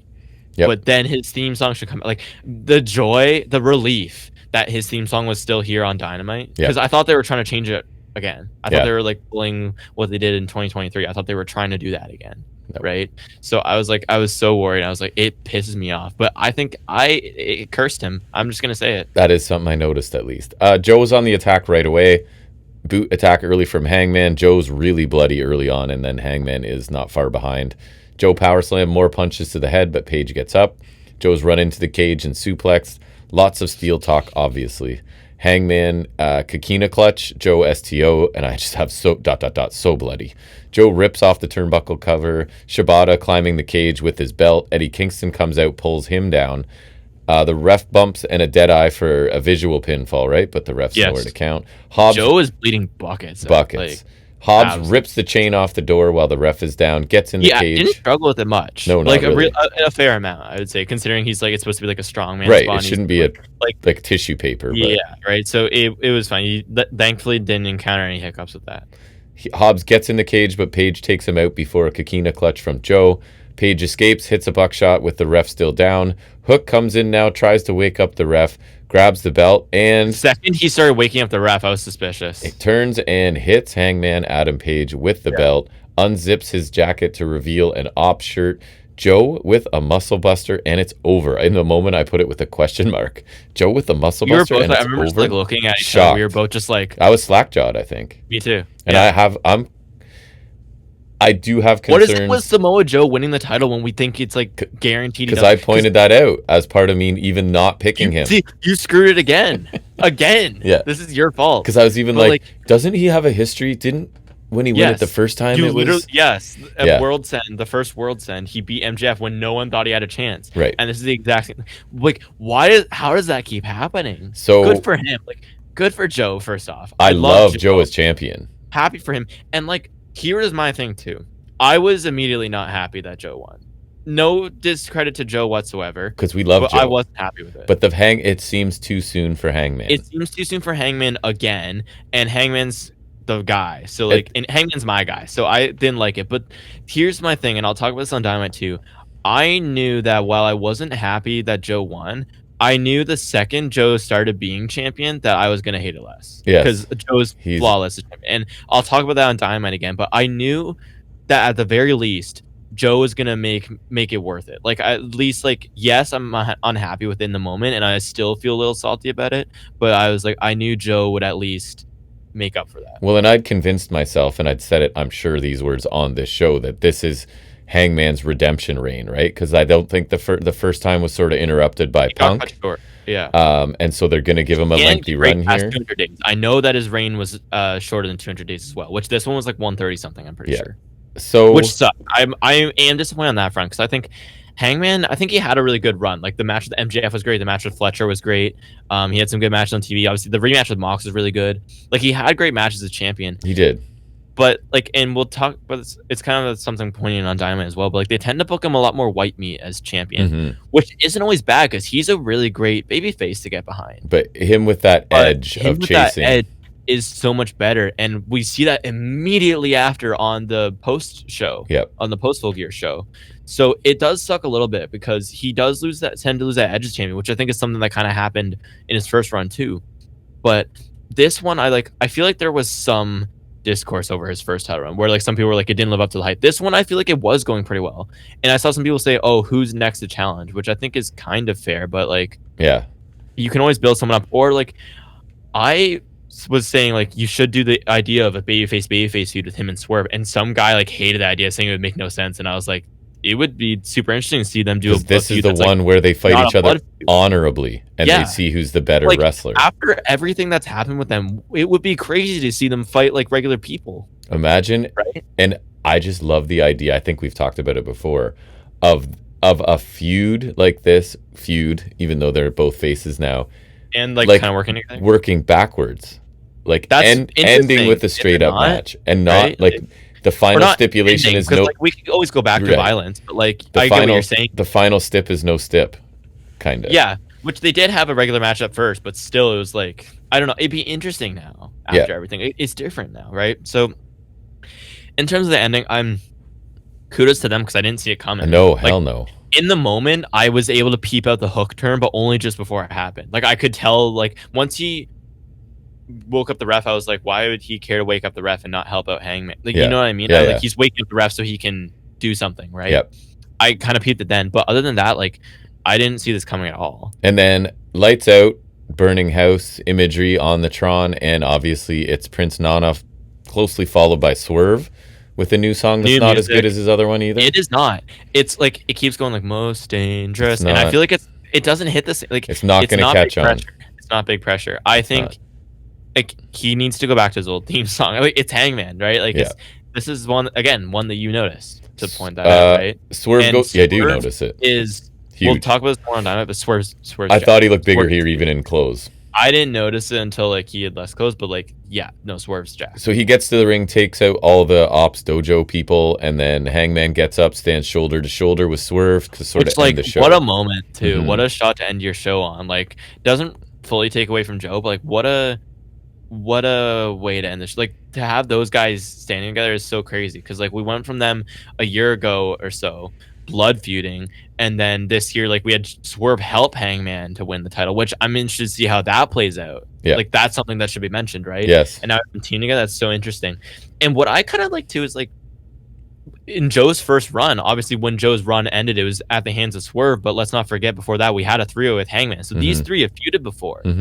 But it's not in like the WWE way, and it obviously like people are gonna say it sounds tribalistic, but like it's not in the WWE where it feels repetitive because it's a different dynamic at play now. Yep. It's so much has happened in between the first time we've done this feud or this triangle or whatever you want to call it, and between the first time and now, and so it's interesting like to see the difference, right? And like to see how this plays out now because now it's like they're working together against the Ops because like Joe didn't have a group last time as well. That's something else. So it's interesting to see. And also what I thought was interesting is Joe is the first AEW champion to have his own side plates, and now he's different side plates. Oh, I would never notice that either. Better side plates. Oh, over under accurate on this one? I struggled to rate this. 6.77. This was the shortest AEW main event in pay-per-view history. 6.77? Yeah. So I'm close to that. I went 3.5 just because I felt it was short. It was good. It was good. It was short. It was 16 minutes, which is crazy.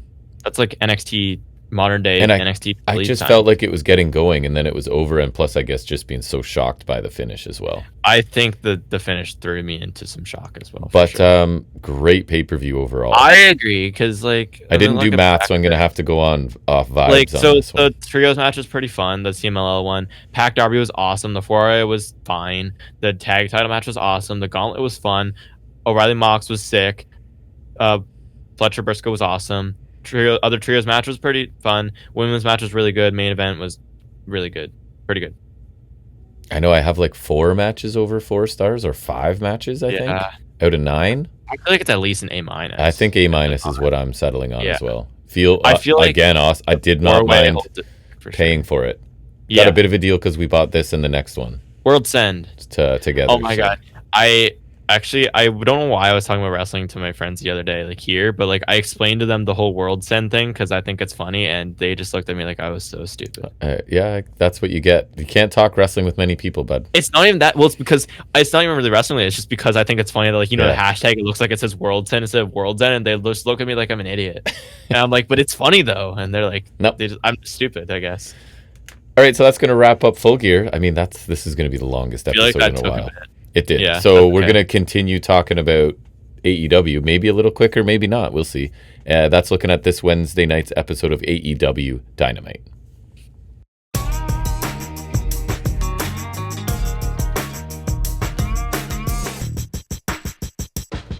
Let's talk some more AEW, I guess. As if we weren't during the entire break, pretty much. Pretty much, yep.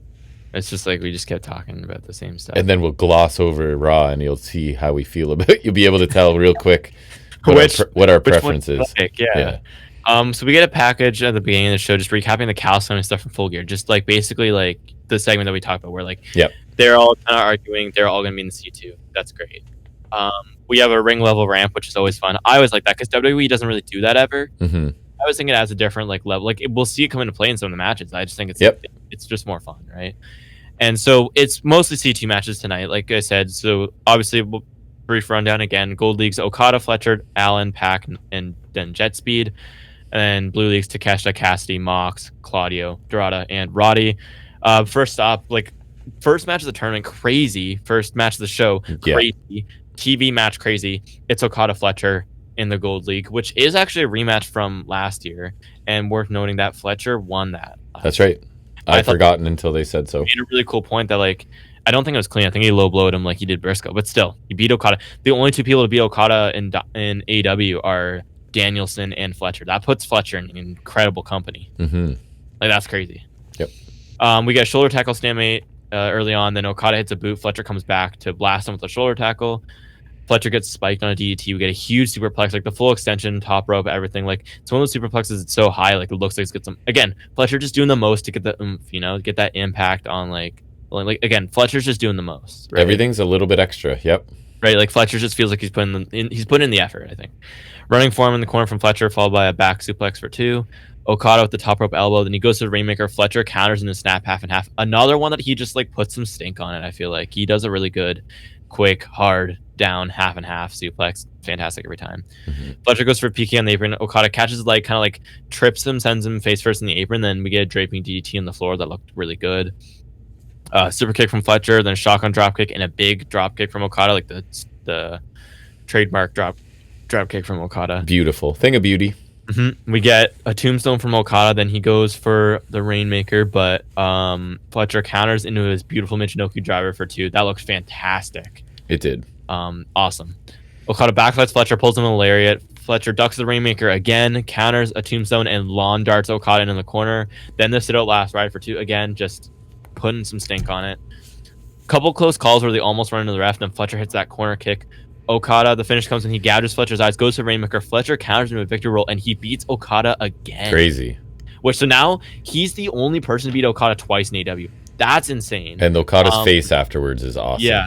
And I like this. They shake hands after, but like Okada's thinking of flipping him off, but because it's not Takeshita, he'll shake hands with him. And I think that's smart because if he wants to try to keep Fletcher on his side, right? Yeah.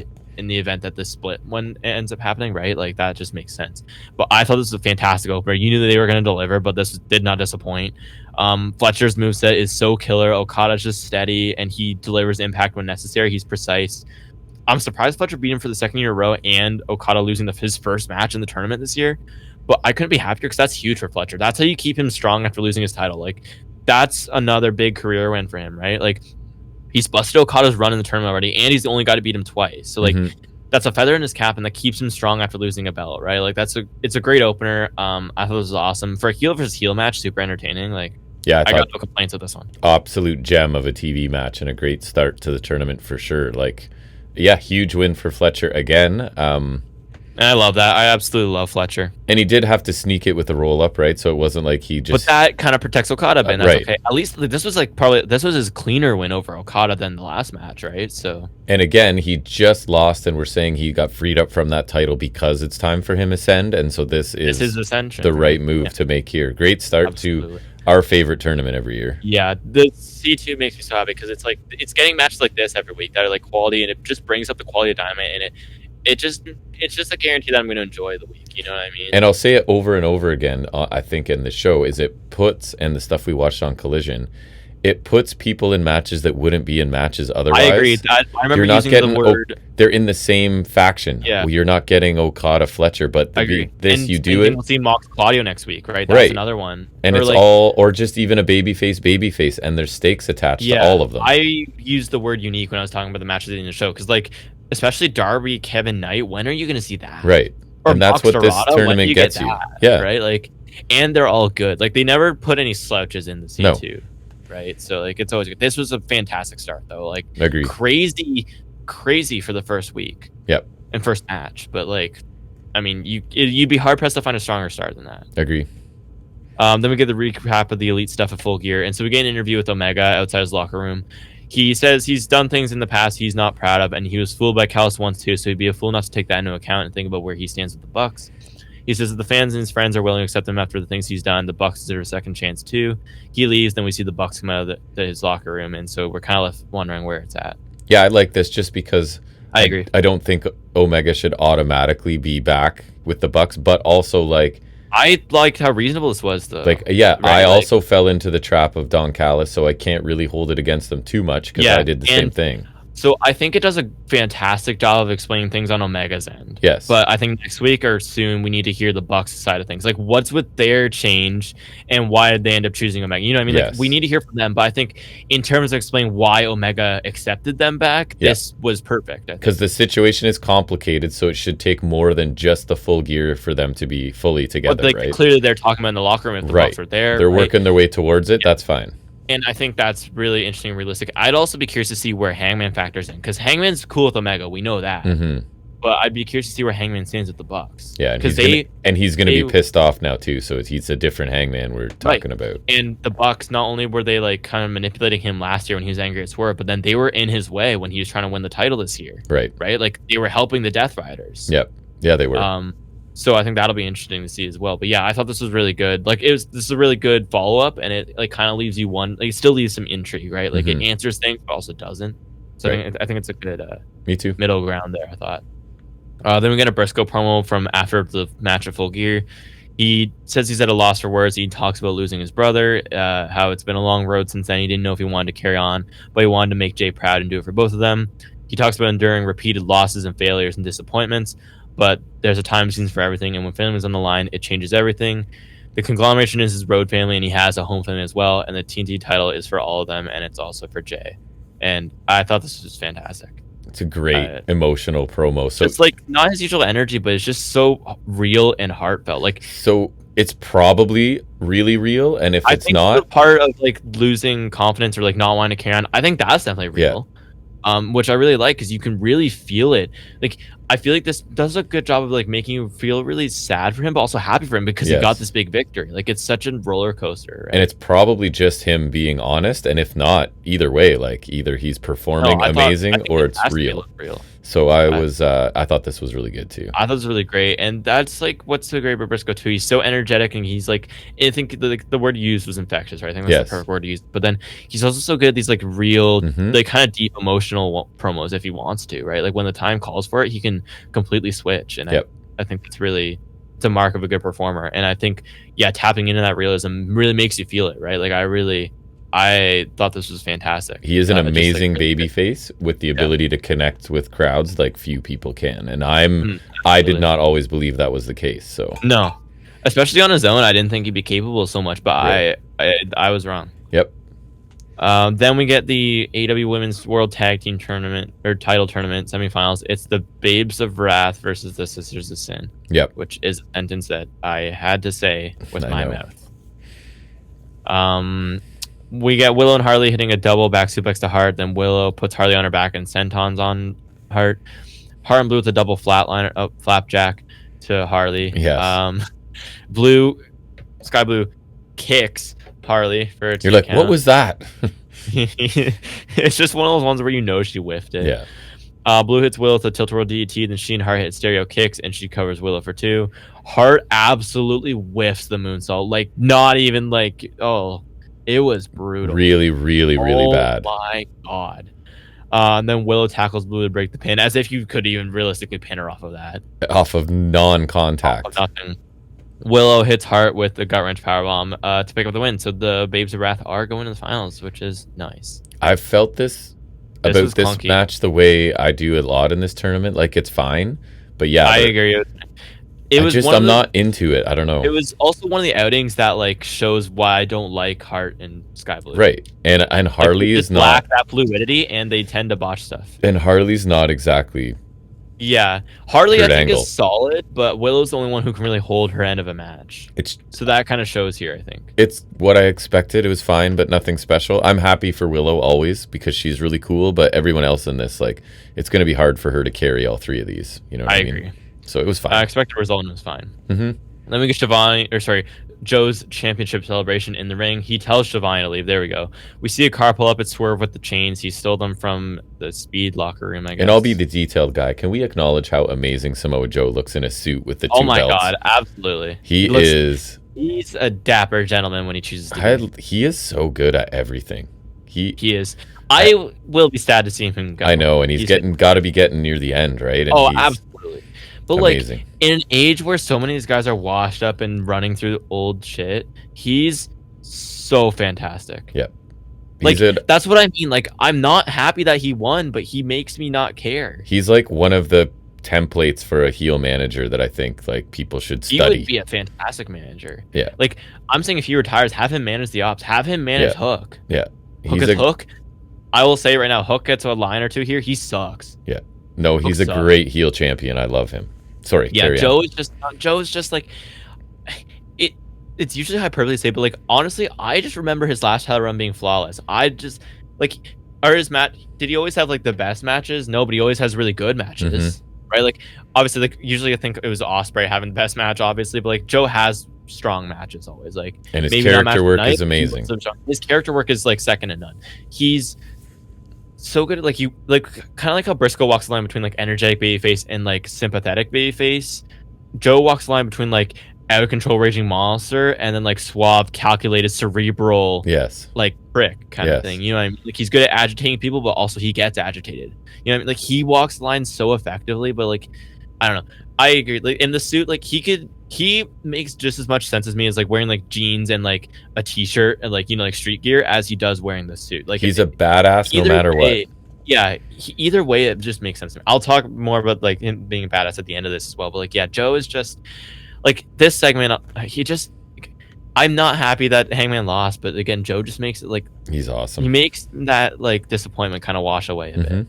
You know, it makes it easier to swallow, so to speak. But yeah, we get Swerve coming out. We get Hangman walking in the parking lot beside him. Just the 2 of them walking down to the ring with chains. Like, that's such a cool, like, what a crazy thing to see. Jasper Troy. Right? Yeah, right. Well, I mean, Swerve is a black guy with chains. So, That's true. I mean, I don't know. Joe tells Shibata to get the scrubs, which I thought was a hilarious way of saying, like, we're going to get the goobers for them to beat up. I thought that was hilarious, though. Yes. He starts praising every member of the ops and says the simpletons may have a hard time understanding what went down, so he has a video package to explain. We get a package recapping how Hook returned. He said maybe there was that promo where he said maybe I'll stand alone, maybe not, which is worth noting. Which I thought Eddie. At the time he was teasing joining somebody else, not back with the ops. I thought he was teasing like even then I thought he might join the ops. I didn't think it'd be heel because I didn't think any of them would be heel, right? But like I agree. I thought he'd be joining someone else too, but I wasn't sure. And then we see Joe, like, it was that one promo where Hook, remember when Hook was angry at Joe, but like, remember they had that really adult conversation that we liked? Yes. And Joe was like, that they take opportunities and they'd still have his back when the time came. He did. Which is also important. And then Hook tapped quick to Joe in that 4-way and to Hobbs in the trios match. And we see the heel turn, which I'll kind of probably mention again, but that package alone for me at least, does such an effective job of making me like that turn more. I saw It helped a lot. I saw Post Wrestling talk about it, and they were like arguing whether like it actually makes the turn greater or not. I think it does. Yeah. Because like it not only does it helped does me. take into it like because I could have accounted the quick taps like Joe and Hobbs just being like beaster, but Yes. like when you put a psychology behind it, now I'm like, oh, like it puts a new light on those moments, and it makes this turn seem less random. Like, and when you put those lines from Joe and Hook in the right context, the things they said, I'm like, it does feel like long term, and like that does make it feel better inherently. Do I particularly care about Hook a lot still? Not really.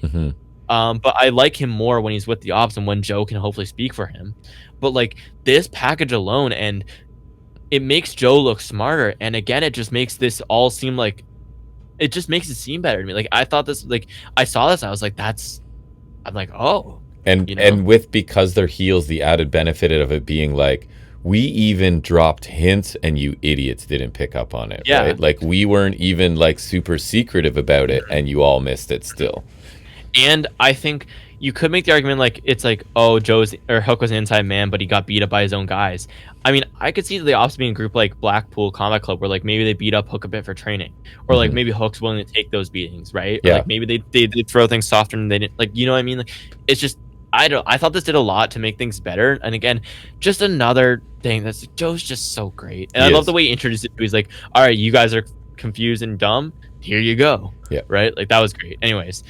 Joe says everyone now can have a champ worthy of being called the greatest. He wants to bring out the linchpin of the endeavor, and he brings out Hook. Hook comes out, and his Tron is like, so it's his theme, his music playing, but then the Tron is showing his heel turn. So I thought it was kind of funny. Yeah. Hook says these rednecks are too stupid to realize looking at the greatest second generation wrestler in the history of the business, and that he can stop talking now. That's fine. He did, thankfully. Hook gets cut off by Swerve's theme, which sucks. Swerve's backstage walking through the crowd and by this bar, and then we see Hangman's music hit, and he's drinking at the bar. That's how you know we're back. That's right. Hangman's drinking on the job again. Yep. We're back in business. They both head to the ring, and just like that's such a cool moment. Just it like, is. This is so weird, but it's so cool. They absolutely clear house of the dojo guys. The main ops guys flee as they clear house of the ops guys on the way to the ring, and then they get in the ring. The ops flee. Swerve is stapling people again. Hangman, Swerve each throw a dojo guy over the ropes, and then they hang him with the chains, and then they're like staring at Joe. Joe's shook. I think Joe's already back to the perfection he was when he was champion the first time. Like I got no notes with Joe, man. Like he's so great. good. I know he's so good. I knew I knew he would just make me not care that Hangman lost. He's so good. He's so great.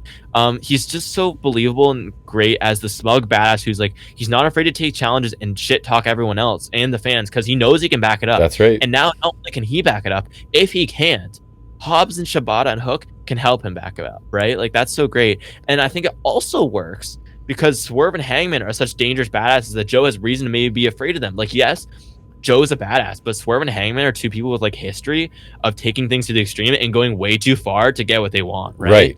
And now you've sort of unified them, and now that's he's terrifying. Like accidentally united them, and that is terrifying because like you see what they've done to each other. What are they going to do when they're linked on the same target, which is Joe?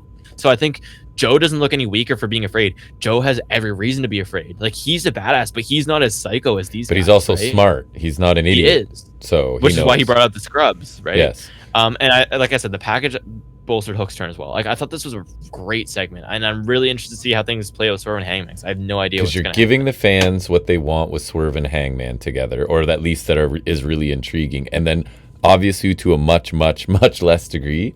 But remember, we found Hook and Joe, and we're not big Hook fans, but we thought they were really good together as baby faces. So maybe this is what we need, like a heel version of them to make Hook more interesting too. Like I'm open to it. Yeah, I thought this was really good. I agree. Like I don't particularly care about Hook, but like there's potential for them to make that better. You know what I mean? Like make him better. Like him and Joe had chemistry as baby faces, right? Like we actually found them kind of entertaining. So I don't know. We'll see. Yeah, I agree. I think there's potential to make Hook better again, which I'm really hoping for. Sure, I want everyone to be better. Yeah, hot take. Then we get a Moxie promo post Full Gear, and spoiler, this was also awesome. We get clips of his loss to O'Reilly playing as he says he's doing fine while O'Reilly's in the hospital. So he's like, what you got to teach about winners and losers, that kind of thing, right? And then Conglomerate should have no durability.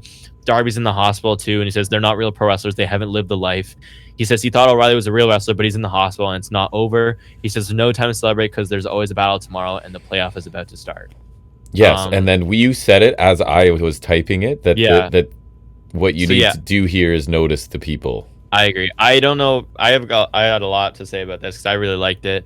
I thought it was great because like it's like you're just touching on it. It's a piece that really requires you to watch. You have to pay attention to what Mox is saying, yes, because that is important, and I'll get to that. But the eyes of the Death Riders tell a story. The entire time he's walking around talking, saying what he's saying, all of them are like shooting daggers at him. Yeah, like they're not happy.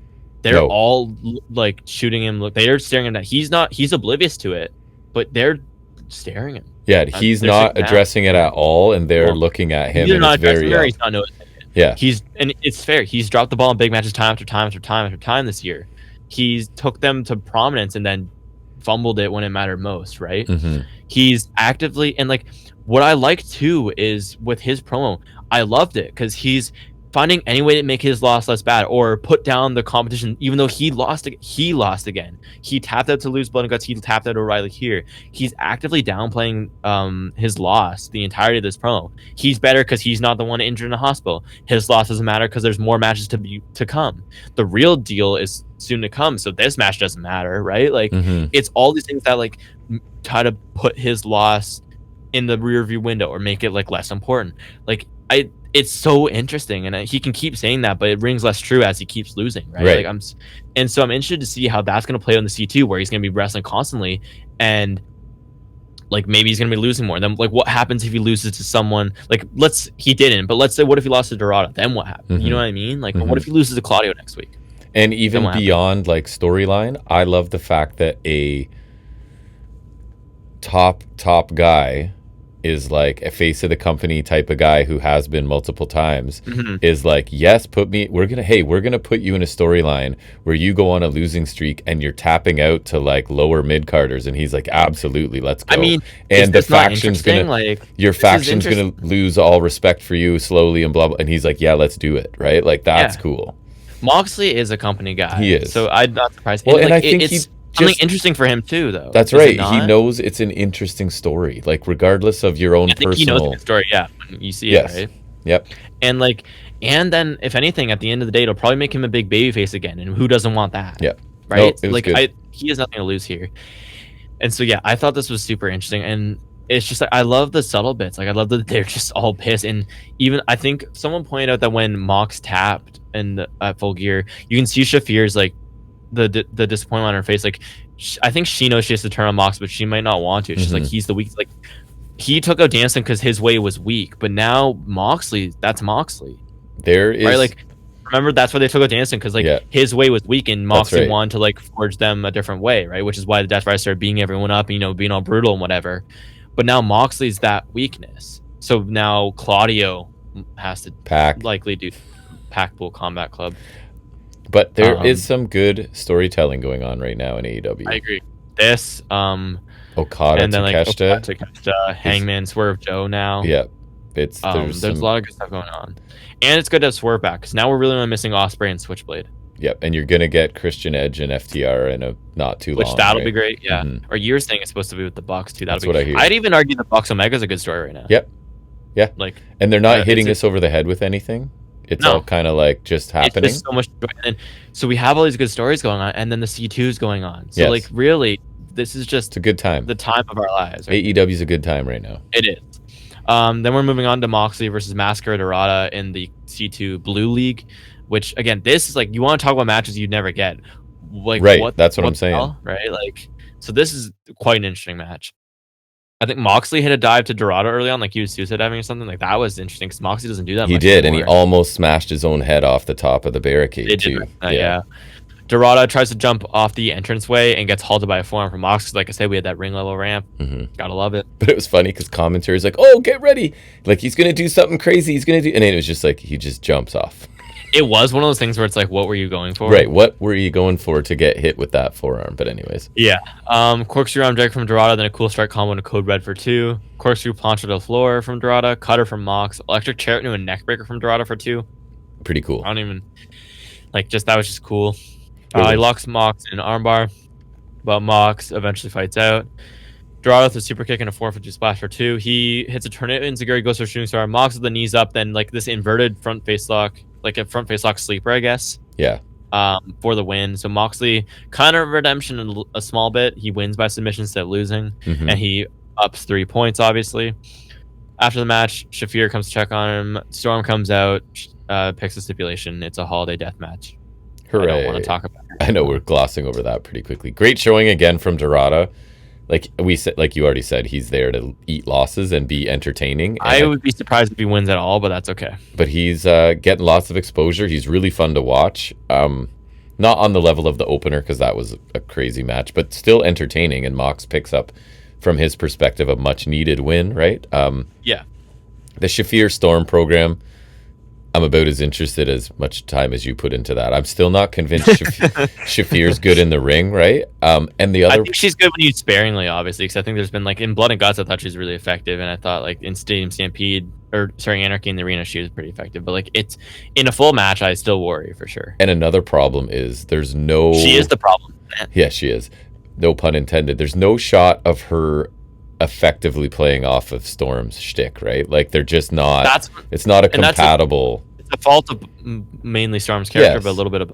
But it happens with a lot of people, right? So it does. And to me, Moxley even standing there and listening to Toni Storm do her thing is not. Makes him look stupid. Like, why wouldn't he just leave or tell her? Like, I don't know. It just. Yeah, I agree. He should just walk away from her. Anyways, the stipulation should make for a fun match, I guess. It should be that. Yeah. You know what I love is Shafir's theme is like the main line is like you got 99 answers but can't solve one problem. I think that's a kind of a cool line. Anyways, then we get Statlander interview. Renee asks her what's next, and Statlander turns the question on everyone else. She said people have been in disbelief because she was the only one to win both women's titles in AEW. She's the only one to beat Storm Renee. There's 3 options. You can stay in the past, stay in the present, go with future. She knows where she's going. Are you coming with her? This is solid. I don't know. It was better than some of her other promos. It just didn't provide any insight into her future direction, so it wasn't that interesting to me. She's just like really bland, and we just have to accept it and move on, right? Like this is what you get. Yeah, there's nothing. I like her so much. She just character-wise is on just like a hamster wheel. She just keeps moving, but doesn't go anywhere new. I like, and Renee also called her the greatest in the galaxy. So is she gonna be like an alien again? Going back to that, yeah. So it's just this is what we get. She's great in the ring and not so much elsewhere. Yeah. Then we get Darby Allin and Kevin Knight in the Gold League for the Continental Classic. This is the genesis of the already tender face. And we, if you're a regular listener of ours, 14 pounds of muscle, baby and racism. Already tender face is probably going to be. I think it's already tender face, 14 pounds of muscle, baby and racism. There are other ones for sure. You also killed Brody Lee. That's one of them. I did kill a man. Yes, unfortunately, that's going way back. That's probably the oldest one. And then I think next time we do pay-per-views, I'll be like, 9 easy. Yeah, definite. All the certainty score I can give it. Yeah, next time on the main event, I'm just gonna be like, just easy money. Already tender face. This is also a match that's like just like encapsulates what the C2 is based on the result, and also just like the fact that you get this match. 2 guys that otherwise you're not getting them. I don't think the chance that you get in this match is so low. Right. I think. Knight with a boot, and he monkey flips Darby into the ropes, and he kind of tweaks his leg. It was an interesting landing, I thought. Mm-hmm. Darby looks for the coffin drop. Knight jumps up to the top, hits an avalanche back suplex. We get him hammer throwing Darby hard into the corner, like hard. Very hard. And it looked like his face went into the top turnbuckle too. Yeah, he saw Dolph Ziggler on Raw a couple weeks ago, and he was like, "Hold my beer," you know. Yeah. Satellite DDT on the ramp from Knight looked really cool. Oh, sorry. Before that, Darby tripped Knight on the ramp and then ran off the ramp to dropkick Knight. That was cool. The floor. Knight runs in the ring. He runs in the ring and jumps over the ropes onto the ramp to hit a flying clothesline to Darby because his vertical is just freakish. Insane. Darby avoids the UFO splash and hits a code red for 2. Darby gets caught in the tree rope, and Knight nails a coast to coast. Like, he could have jumped farther. The ring could have been 5 feet wider, and he still would have made it across. Because sometimes they're look barely like He couldn't have done it better. He had extra. It was fantastic. Yeah. And then Knight hits the UFO splash and gets the win. Surprised. But again, Darby's already tender face and burnt and burnt body. So he was not at 100%, nor will he be for the tournament. And I think that's kind of the story of him. He had an already tender ankle. Was that Cassidy's story last time? Like, or no, that was just his championship run. His title run. Just taking more and more punishment, and every match he's less at close to 100. That was his title run. That was fantastic, though. I thought this was a really fun sprint of a match with a very surprising result. Right? And Darby makes everyone look good, so Knight really benefits from that. He got a lot of time to shine. That moonsault off the barricade, the jumping lariat, the coast to coast, really cool stuff here. Darby sold $1 million. I would have assumed he won, but he got a couple good near falls. I guess Knight, huge win for him. Great huge upset. Win. Biggest upset so far, I'd say. And again, a cool match that outside the confines of this tournament we're not getting. So, yay C2. And Knight winning, that's crazy. Crazy. Good for him. Good for him. Oh. Eddie Kingston talks. He's going to fight Shibata. Yep. Collision setup. Don't care. The collision setup, I do like it because I do love Eddie promos. But yes, but it wasn't much for him. It's a collision setup. Yeah. Main event. It's Cassidy. It's Claudio. It's the Blue League once more.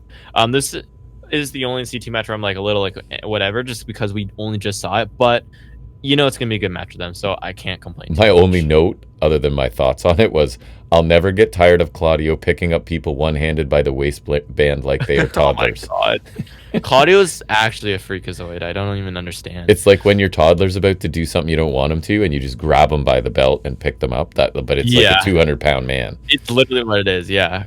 Claudio lifts Cassidy in a torture rack and sends him in the top turnbuckle face first. Then Cassidy went for a tilt-a-whirl DT on the floor. Claudio stops it and swings him in the barricade a couple times. Also awesome. Yep. He swings Cassidy around by his arms. I don't know. Then he's lifting Cassidy by the waistband, from the mat into a gutbuster twice, then into a backbreaker. It's who does that? Like a normal person picking up a bag of groceries.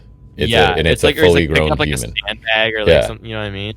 It's a person. Yeah, it's crazy. The fourth time he tries, Cassidy counters into DDT, so that was cool. PK from Cassidy, suicide dive, turned into DDT. Claudio catches Cassidy diving from the top of the midair uppercut for 2. Cassidy blocks neutralizer, goes to beach break. Claudio counters, turns it into the swing. Orange punch, pop-up uppercut gets countered into DDT. Another orange punch, beach break, near fall. Claudio smashes him with the lariat, then the pop-up uppercut, and Claudio gets the win. Which I was a little surprised by. Claudio beat Cassidy for the in the Blood and Guts Advantage series, right? So this is surprising. He beats him twice. Renee tries to interview after the match. She mentions Pac facing Speedball and Collision. The next night, Cassidy gets beat down by the Death Riders. Renee exit. Roddy comes down to fight. Takeshita comes down to attack Roddy because they're facing off on Collision. Jesse and Dorada come down. Fletcher comes down. Dorada moonsault onto the pile, and Okada's watching from the ramp as Cassidy hits an orange punch to Yuta. So that was kind of fun to end the show. Yeah, and then I thought this was another good match. These guys did have a really good styles contrast.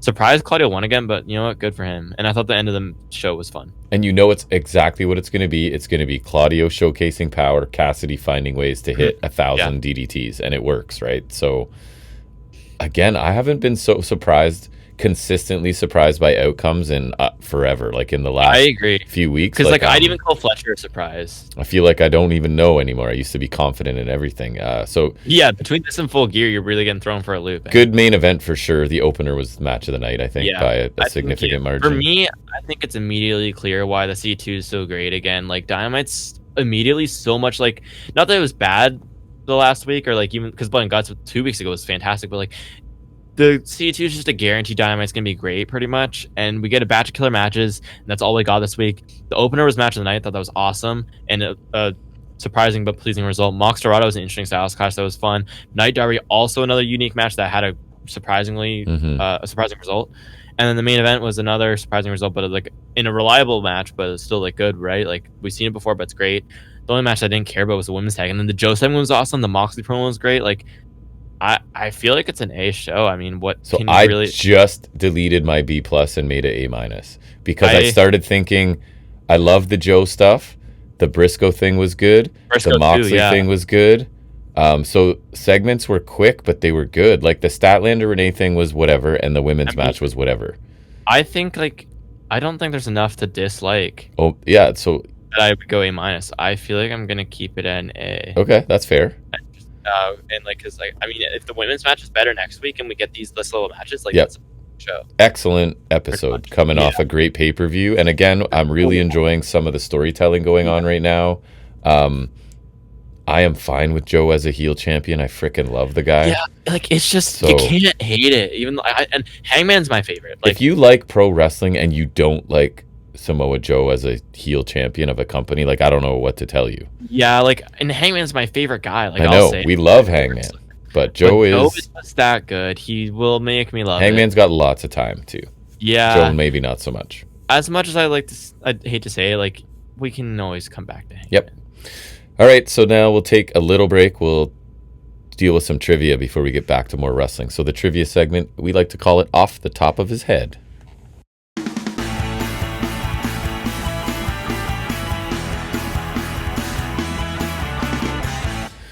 All right, so trivia this week, I went timely, obviously. Maybe I've done it before, don't know, but I'm sure I get different questions every time. It's War Games trivia, and I think it's really hard. So I feel like you're going to struggle, but Well, if it goes into WCW, then probably. And some of it's funny because it does. And again, I asked it to give me, how did I phrase it? 3 increasingly helpful hints for each, and some of those hints are either like not super helpful or give it away entirely, which is funny. Okay, so let me get this started. Which team won the very first War Games match in 1987? It's like it's gotta be like Dusty Road Warriors. It is. Oh my God, and Dusty. Like Paul Ellering, I guess? It's the Road Warriors, Dusty Rhodes team. Yes. Yeah, I knew that. Do you know who they were facing? 4 Horsemen. Superpowers. I don't know who that is exactly. Okay, 4 Horsemen were a lot of the original ones. That's crazy. You got it. Who was the only wrestler to compete in every WCW War Games match of the 90s? And Sting? I have 3. Wow, I have 3 hints, but you don't need any of them. It is Sting. Well, because my main thing was thinking of the later ones, because later ones have like guys like Piper and the NWO guys, and like I was like, it can't be Hogan, because I know he was in a bunch of them, but like it couldn't be Hogan. I was like, Flair wasn't in some of those. The hints were actually good. The first hint was he was never part of DX or NWO, so that would narrow things down a bit. His nickname involved. This is what I didn't get. His nickname. So what are some Sting nicknames? Icon. Nope. Stinger, I guess. His nickname involved painted face intimidation. Did he have a nickname that referred to his face paint? Not that I know. Me either. So, anyways, which War Games match featured the debut of the match beyond victory condition? Like it was for some other match, I guess. What? So you know how it'd be like it was for something, like you earned some other match. I think. I don't know. It was. So here's the hints. It was. I'm still not sure what that means. It was in the 80s. It's a term invented by Dusty Rhodes. I genuinely don't. And it was the first one ever. So 87. Yeah. Oh, so like we're just asking when the first one was. Yeah. Oh, okay. I was genuinely confused. No, but I think they're saying they debut of the match beyond condition. So I don't. Or was that? I don't understand what that means because the War Game. I thought it's just what War Games. Are they maybe confusing victory condition with like? Was that the tagline for the match? Probably. Right. That makes sense. The match beyond. It's War Games. That I could see. Yeah. Anyways, 1992 War Games, often called the best ever. Which team won? The baby faces. Which is correct. Nailed it. Hint 1, hint 2 is the best. Hint 1, Paul E. dangerously managed one of the teams. Yeah, there's the Dangerous Alliance. Yeah. Was this the Sting Squadron? Or yes, it was. And you know what hint number 2 was? What? It involved Sting's Squadron. That's hint 2. So then you might be asking yourself, might beg the question. That's actually a terrible hint, not because it gives it away, but because like if I'm dumber, it'd be misleading. I could be like, it involves Sting Squadron. So I'm like, okay, who's Sting Squadron? What team would they be a part of? Right. And then the hint 3 then, I guess you're wondering, because hint 2 was the answer. The bout ended in a submission. Okay. And I specifically said increasingly helpful hints. Mind you, nope. All of the War Games matches up until like I think it was 98, the win condition was submission or surrender, right? Like blood and guts. So that was even less helpful. That it would end in submission. Which wrestler famously suffered a collapsed lung in the 1994 War Games? Oh, I don't know. Who would be most likely to do something crazy? Arn Anderson. No. He had once been managed by Paul Bearer.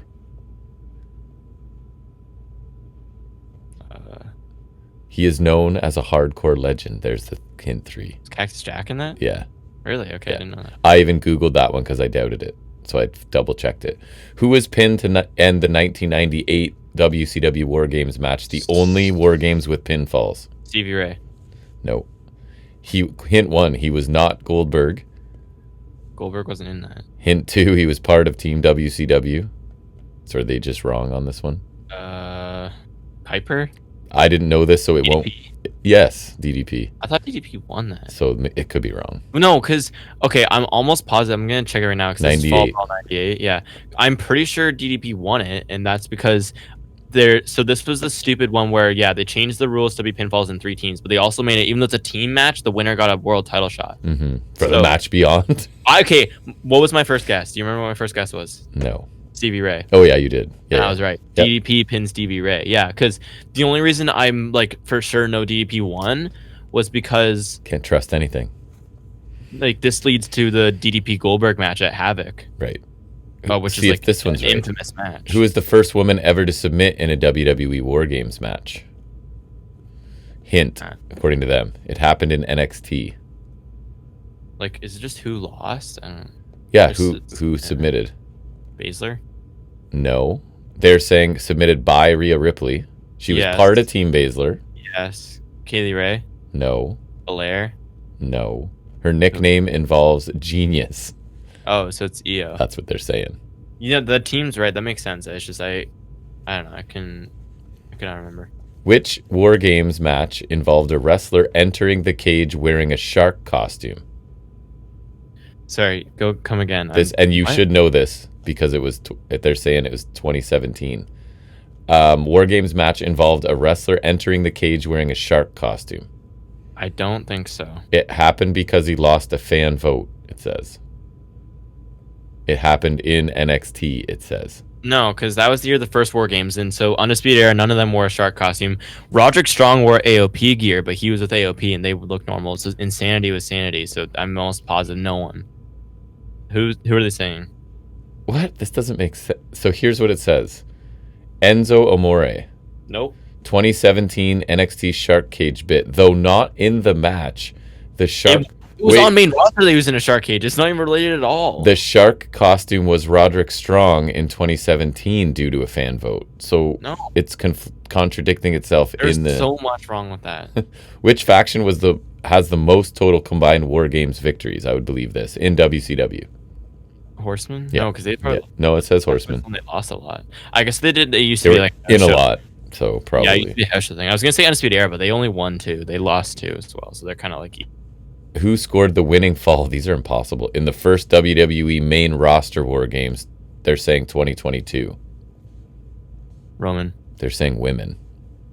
What? Oh, yeah, because that would have been first. Then I don't know. Becky Lynch. Sure. Who turned on their team during 1996 War Games, causing their loss? I'm going to assume they got the wrong year, and I'm going to say it's Kurt Hennig. Oh my God, this is the most convoluted thing ever. He later... Does this even make sense? He later joined WCW commentary. Who are we talking? So wait, what was the answer? Who turned on their team? I was saying Hennig because he did do that. So here's what it says verbatim in the response. Hint 1, he later joined WCW commentary. Hint 2, he was once part of Team 3D's training group. Okay. Hint 3, I respect you, Booker Man.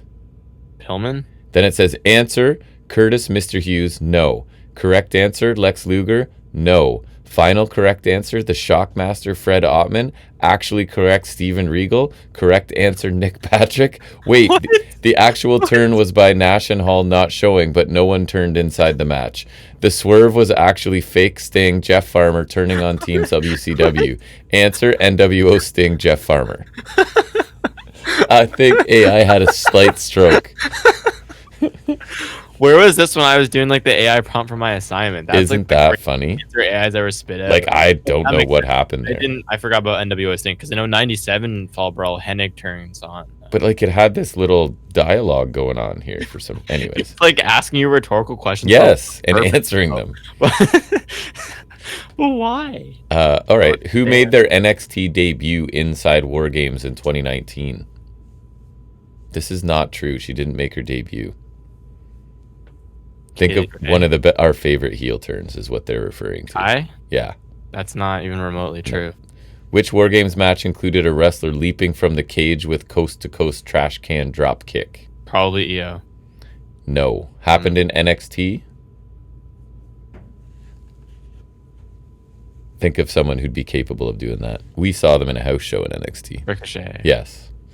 Which War Games match? Buddy Murphy. Did we see his first match in WWE, maybe? I think it might not have been his first, but it was for sure before he was on TV. In the same town you now go to university in. Yeah, and that was against Buddy Murphy, where people making fun of his shorts. That's right. They're some of our all-time favorite crowd hecklers. Yeah, because that was the one They where were funny. Kaiser was Marcel Bartel, and he got squashed by Killian Dane, but like they were saying really funny stuff. Didn't he say like, and you'll never forget me, and then like 2 minutes later the guy said, I already forgot. Yeah, it's stuff like that. It was they great. Were funny.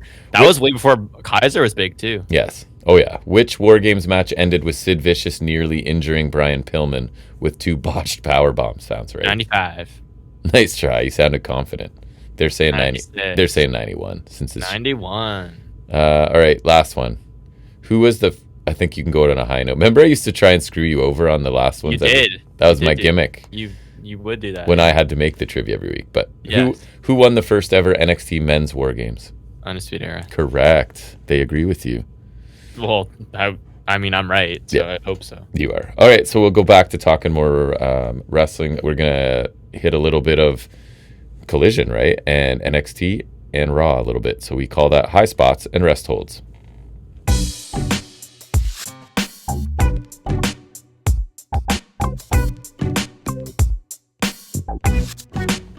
So in a bit of a change of pace here, you're going to start out in the Highspots and Restholds. I had a name for it. I'm calling this mini bit the C4, which we'll call the Collision Continental Classic catch-up.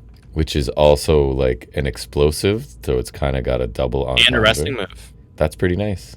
And if the Continental Classic's the C2, we're just doubling the Cs. Yeah. So exactly. I like it. Yeah, and so we only had 2 matches this week because we had 4 on Dynamite. So I think because obviously everyone has to wrestle every week, so we usually we'll have 6 matches every week, obviously. So I would assume next week on Collision we'll have 3, but we'll see how it shakes out, I guess. 2 good ones, I thought. Yeah, the first one was Speedball and Pac, which a match I was really excited to see. I thought it was great. They complement each other really well. Pac's just a beast now. He hits hard with everything. Speedball hits hard too. Like he'll kick the crap out of Pac, but like he also does some crazy stuff. Like he's just so all over the place and like entertaining to watch. And then Pac gets another win, which makes me happy. The Larry Brutalizer at the end was pretty sick. Yeah, it started out a bit slower than I expected and then kicked into gear. They did a lot of really cool stuff on the floor, I thought. I was just going to say, once they got on the floor, the intensity picked up. There was a couple brutal looking things out there. Oh, remember when it was like a big kick exchange and then they were out on the floor and they ran at each other and both booted each other at the same time? Looked great. Yeah, absolutely. Another awesome match that without this tournament, do we get it, right? So yeah, and I don't think Speedball really had a chance, but no, great match. Hey, Pac's a winner now. Yes, manifest it. That's right. That's Pac's another. Pac is on a roll as he should be, because if literally the opposite of Moxley. Moxley finally won this week, but he's on a winning streak. Moxley was on a losing streak. And you're bringing Pac back and sort of establishing him as more than he has been in the past, which I always think is a good idea. They did have him lose to Cassian's first match, to be fair. Yes. But now he's cooking. Better late than never. Yeah, now he's winning. And Bailey looked good too. So that's another match for the Gold League. That was the last one, I think, for the Gold League this week. And then the Blue League, we had Takesha Roddy. Also a match I don't know if we'd get, and another match that I'm like super happy because I love Roddy so much. He got a lot in this. He did, too. and Takesha's fantastic. He is. Roddy looked great. And man, seeing Roddy wrestle every week is going to be such a joy. Yeah. I love Roddy to death. He's fantastic. He's an all-timer, for me in ring. Like he's on a short list, you know. I'd say like if I had to do my top 30 favorite wrestlers, he's in there for sure. I agree. And like both these guys hit hard. Takesha had some good counters, some of the backbreakers. Like there's the one time when Roddy went for backbreaker and Takesha like kneed him while Roddy was carrying him. I thought that was really cool. That Blue Thunder Bomb on the barricade was interesting. Looked awesome. And the Chaos Theory, the way I texted you, the way Takesha bridges on a German sometimes, it looks like he should his legs should crumble underneath him and he should fall down, but he doesn't. And I don't understand. Like he did write his thesis on a German suplex, to be fair. So I guess he knows what he's doing. That's right. But like the way he does a German is so interesting sometimes. Roddy had no shot here, but this was a great match. It was. And I remember there was one spot too where Takeshita welcomes like 3 forearms from Roddy, and then he just drills one, right? Oh my and god, yeah. kills him with it. Takeshita always drills the forearm. It's great. And there was a segment I only saw a bit of with FTR and Bang Bang Gang. Seems like Bang Bang Gang get a title shot against FTR since That's cool. They beat FTR before they were champions. So like that's great. And I told you Juice referenced the 2 or 3 Falls match with him and Switchblade against FTR. So I like that. I love Bang Bang Gang, so I'll probably watch that. Since we'll be watching for the CT matches anyways, I'll probably find that tag match as well. Yeah, I felt like they were like, hey, Roddy, you're obviously not winning, but you can have the whole middle of this match. Just do your thing. Roddy's fantastic. Yep. Good stuff. All right, heading into Raw now. Really, this is pretty like a 2-minute Raw. So I think it was opening segment. Can Punk, Reigns, and Cody coexist, right? That's basically, it's just War Games lead up. Who cares? Reigns basically was like, I hate Heyman and the Vision more than I hate you guys. So you should just trust me. That's where we're at with them. But it's all, they have tension with each other, right? So the one thing I thought was funny is the Romans saying they should like pull him out and measure already, which I thought was kind of funny. And I did like, I mean, it's obviously the can they coexist, and then because he was like, that belt will look better on my shoulder. Yes. Which one of us are you talking to? He's like, oh, you guys can figure it out. Like, yes. Oh, can they coexist? Like, shut up. I know. Gunther beat Mello with the power bomb. I heard really good things about that match. How could it be anybody but Gunther that wins this? Tournament? Right? Like, I mean, I saw which is fine. Make the comparison. I think it's not. I think it's kind of fair. It's him being Cena's last opponent is kind of like Lesnar ending the streak. Like, what is he? He doesn't need anything from that.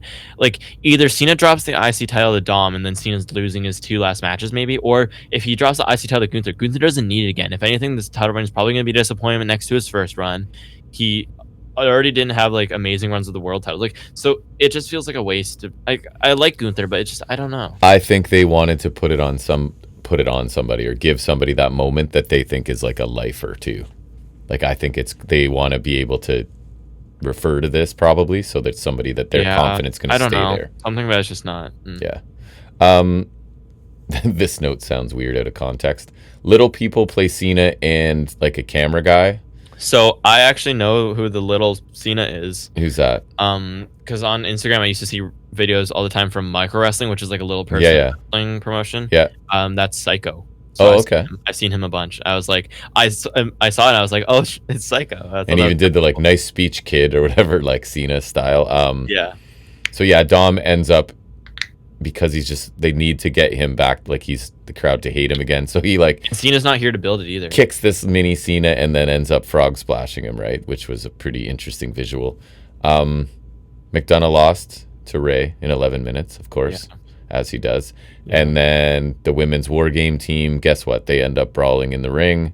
Oh, they're stepping up. My note says things were said. That's another thing I say. Yeah, stepping up. That's a good one. Things were said, a bunch of it by AJ, and then they fight, and then the baby faces stand tall because EO hits a moonsault to the floor. And then, are we not doing any advantages matches? So I know for the men's, the heels got it. Oh yeah, right. Maybe they'll do it for the women on SmackDown. Logan Paul rolled up somebody, and then apparently he just roast off his hand to like troll people. He did not actually have promo. I think so. I think that makes sense. And I was hoping he was stupid. All of the men step up here too and fight to end the show. So everybody's stepping up is what you need to know. Raw is stepping up. NXT, I told you I like the opener. Jackson Drake successfully defending the Evolve title. I've only ever seen clips of him, but I think Jackson against Legacy. Cool. The Vanity Project looked like a collection of douchey YouTubers, and it works so well. Like, it to me, get them some like more experience, and they could be the next NXT faction. You know what I mean? Like Undisputed Era kind of like type thing. So Drake is young, and they said he's been wrestling for like 6 or 8 years or something like that, and he's the one that goes back with Evans. They know each other from the Indies or whatever. He Javon? hit Javon? Yeah, him and Jackson Drake are no strangers to each other. Up and down that road, there's another one. We need to write these down. Women's championship. You should have a list in your phone of things we like to say that we'll start saying unironically at some point. Yeah. So he hits the backflipping double knees to the chest like Speedball, the standing one. Looked really good, actually. And then he won with a running knee that he calls the unalignment. I thought it was the unaliving. I think it's unalignment. I don't know. I could be wrong. But both of these guys seem good enough to be done with Evolve and on NXT. Like, I would rather see them than LFG people, than Absolutely. TNA people. And Jasper Troy. Right? So, I don't know. Solid match, good start to the show. You got Ethan Page backstage kind of trying to convince Sol Ruca to be heel. That basically I did see that, actually. Yeah, he's like, and he's smart about it, right? Like, he's not wrong. He's like, you'd still be North American champion if you didn't think about your friends so much. Then he turns his attention to the Bourne and Trick main event. Talks about that a bit. Fallon Henley beat Zarya for the speed title. Pull up the text. What did I send you? Oh. I think that should be like the name of when we do short segments sometimes, is like we go to a text and that's the title of it. The title of that would be, if we did like a separate segment on it right now.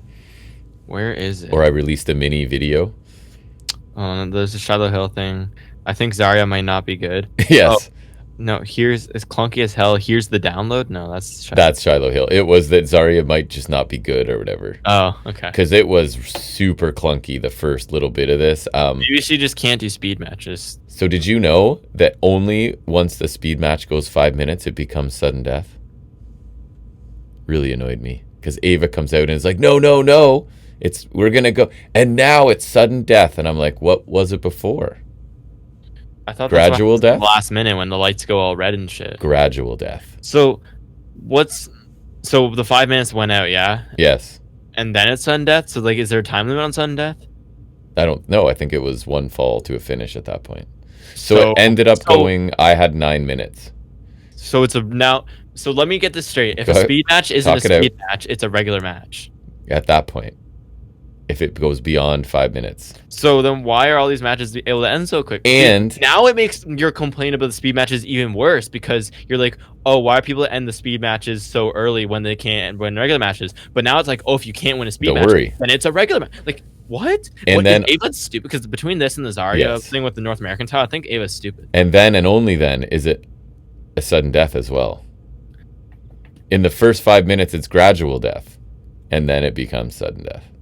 I feel like sudden death doesn't work like that unless like there's points involved, but, or like like an Iron Man match where it's like, okay, we've been racking up points for like half an hour, and then so like now it's like we're tied. Okay, then you have one more chance to get one, like, but it's like only 1 point. Yeah, it's always like sudden death doesn't work if it's always one fall. It's always sudden death. Yeah, that's my point. Yes. So I felt like, and I don't know why, that they had scripted a whole bunch of this, and it still was coming off like they were kind of both going through the motions and screwing it up at the same time. Who cares about this title anyways? And I generally think Fallon Henley is pretty talented, but I did not like this. So Shiloh Hill, yes, I sent you. What did I say about him? Download. Was it here's the download? Is that what it was? Yes. So that I was thinking you got to say that when you're finishing the editing, because he's so they're trying way too hard to make this guy like complex, because before it was basically like, here's the download. I never went to school, but I also graduated from an Ivy League, and I was a flake and did whatever, but I also played football. And this week it was, my dad told me to be open to everything, and I worked lots of different jobs, including blue-collar ones and white-collar ones. And then I lost my tooth, and I thought it looked awesome, and my mom thought it looked bad. And then he literally is doing stuff like this, and then he goes, oh, I forgot my bolt cutters. And then it's over. I don't even know what to say to that. I don't either. And I actually think the dude himself is kind of charismatic, but they're trying to go with like I'm a football player, but a coder. Or Bolton. And I hate school, but I'm a basketball player, but I can sing. I have a troubled past, but went to Ivy League. I've done every job you can imagine. No, it's just they want to have their cake and eat it too. I guess. I don't know. It made me laugh. Like, you can't be like all troubled and be like, oh yeah, but like I graduated from a good school and I'm like a genius. Like, but then is it going to be like the bolt cutters, like he's a psycho?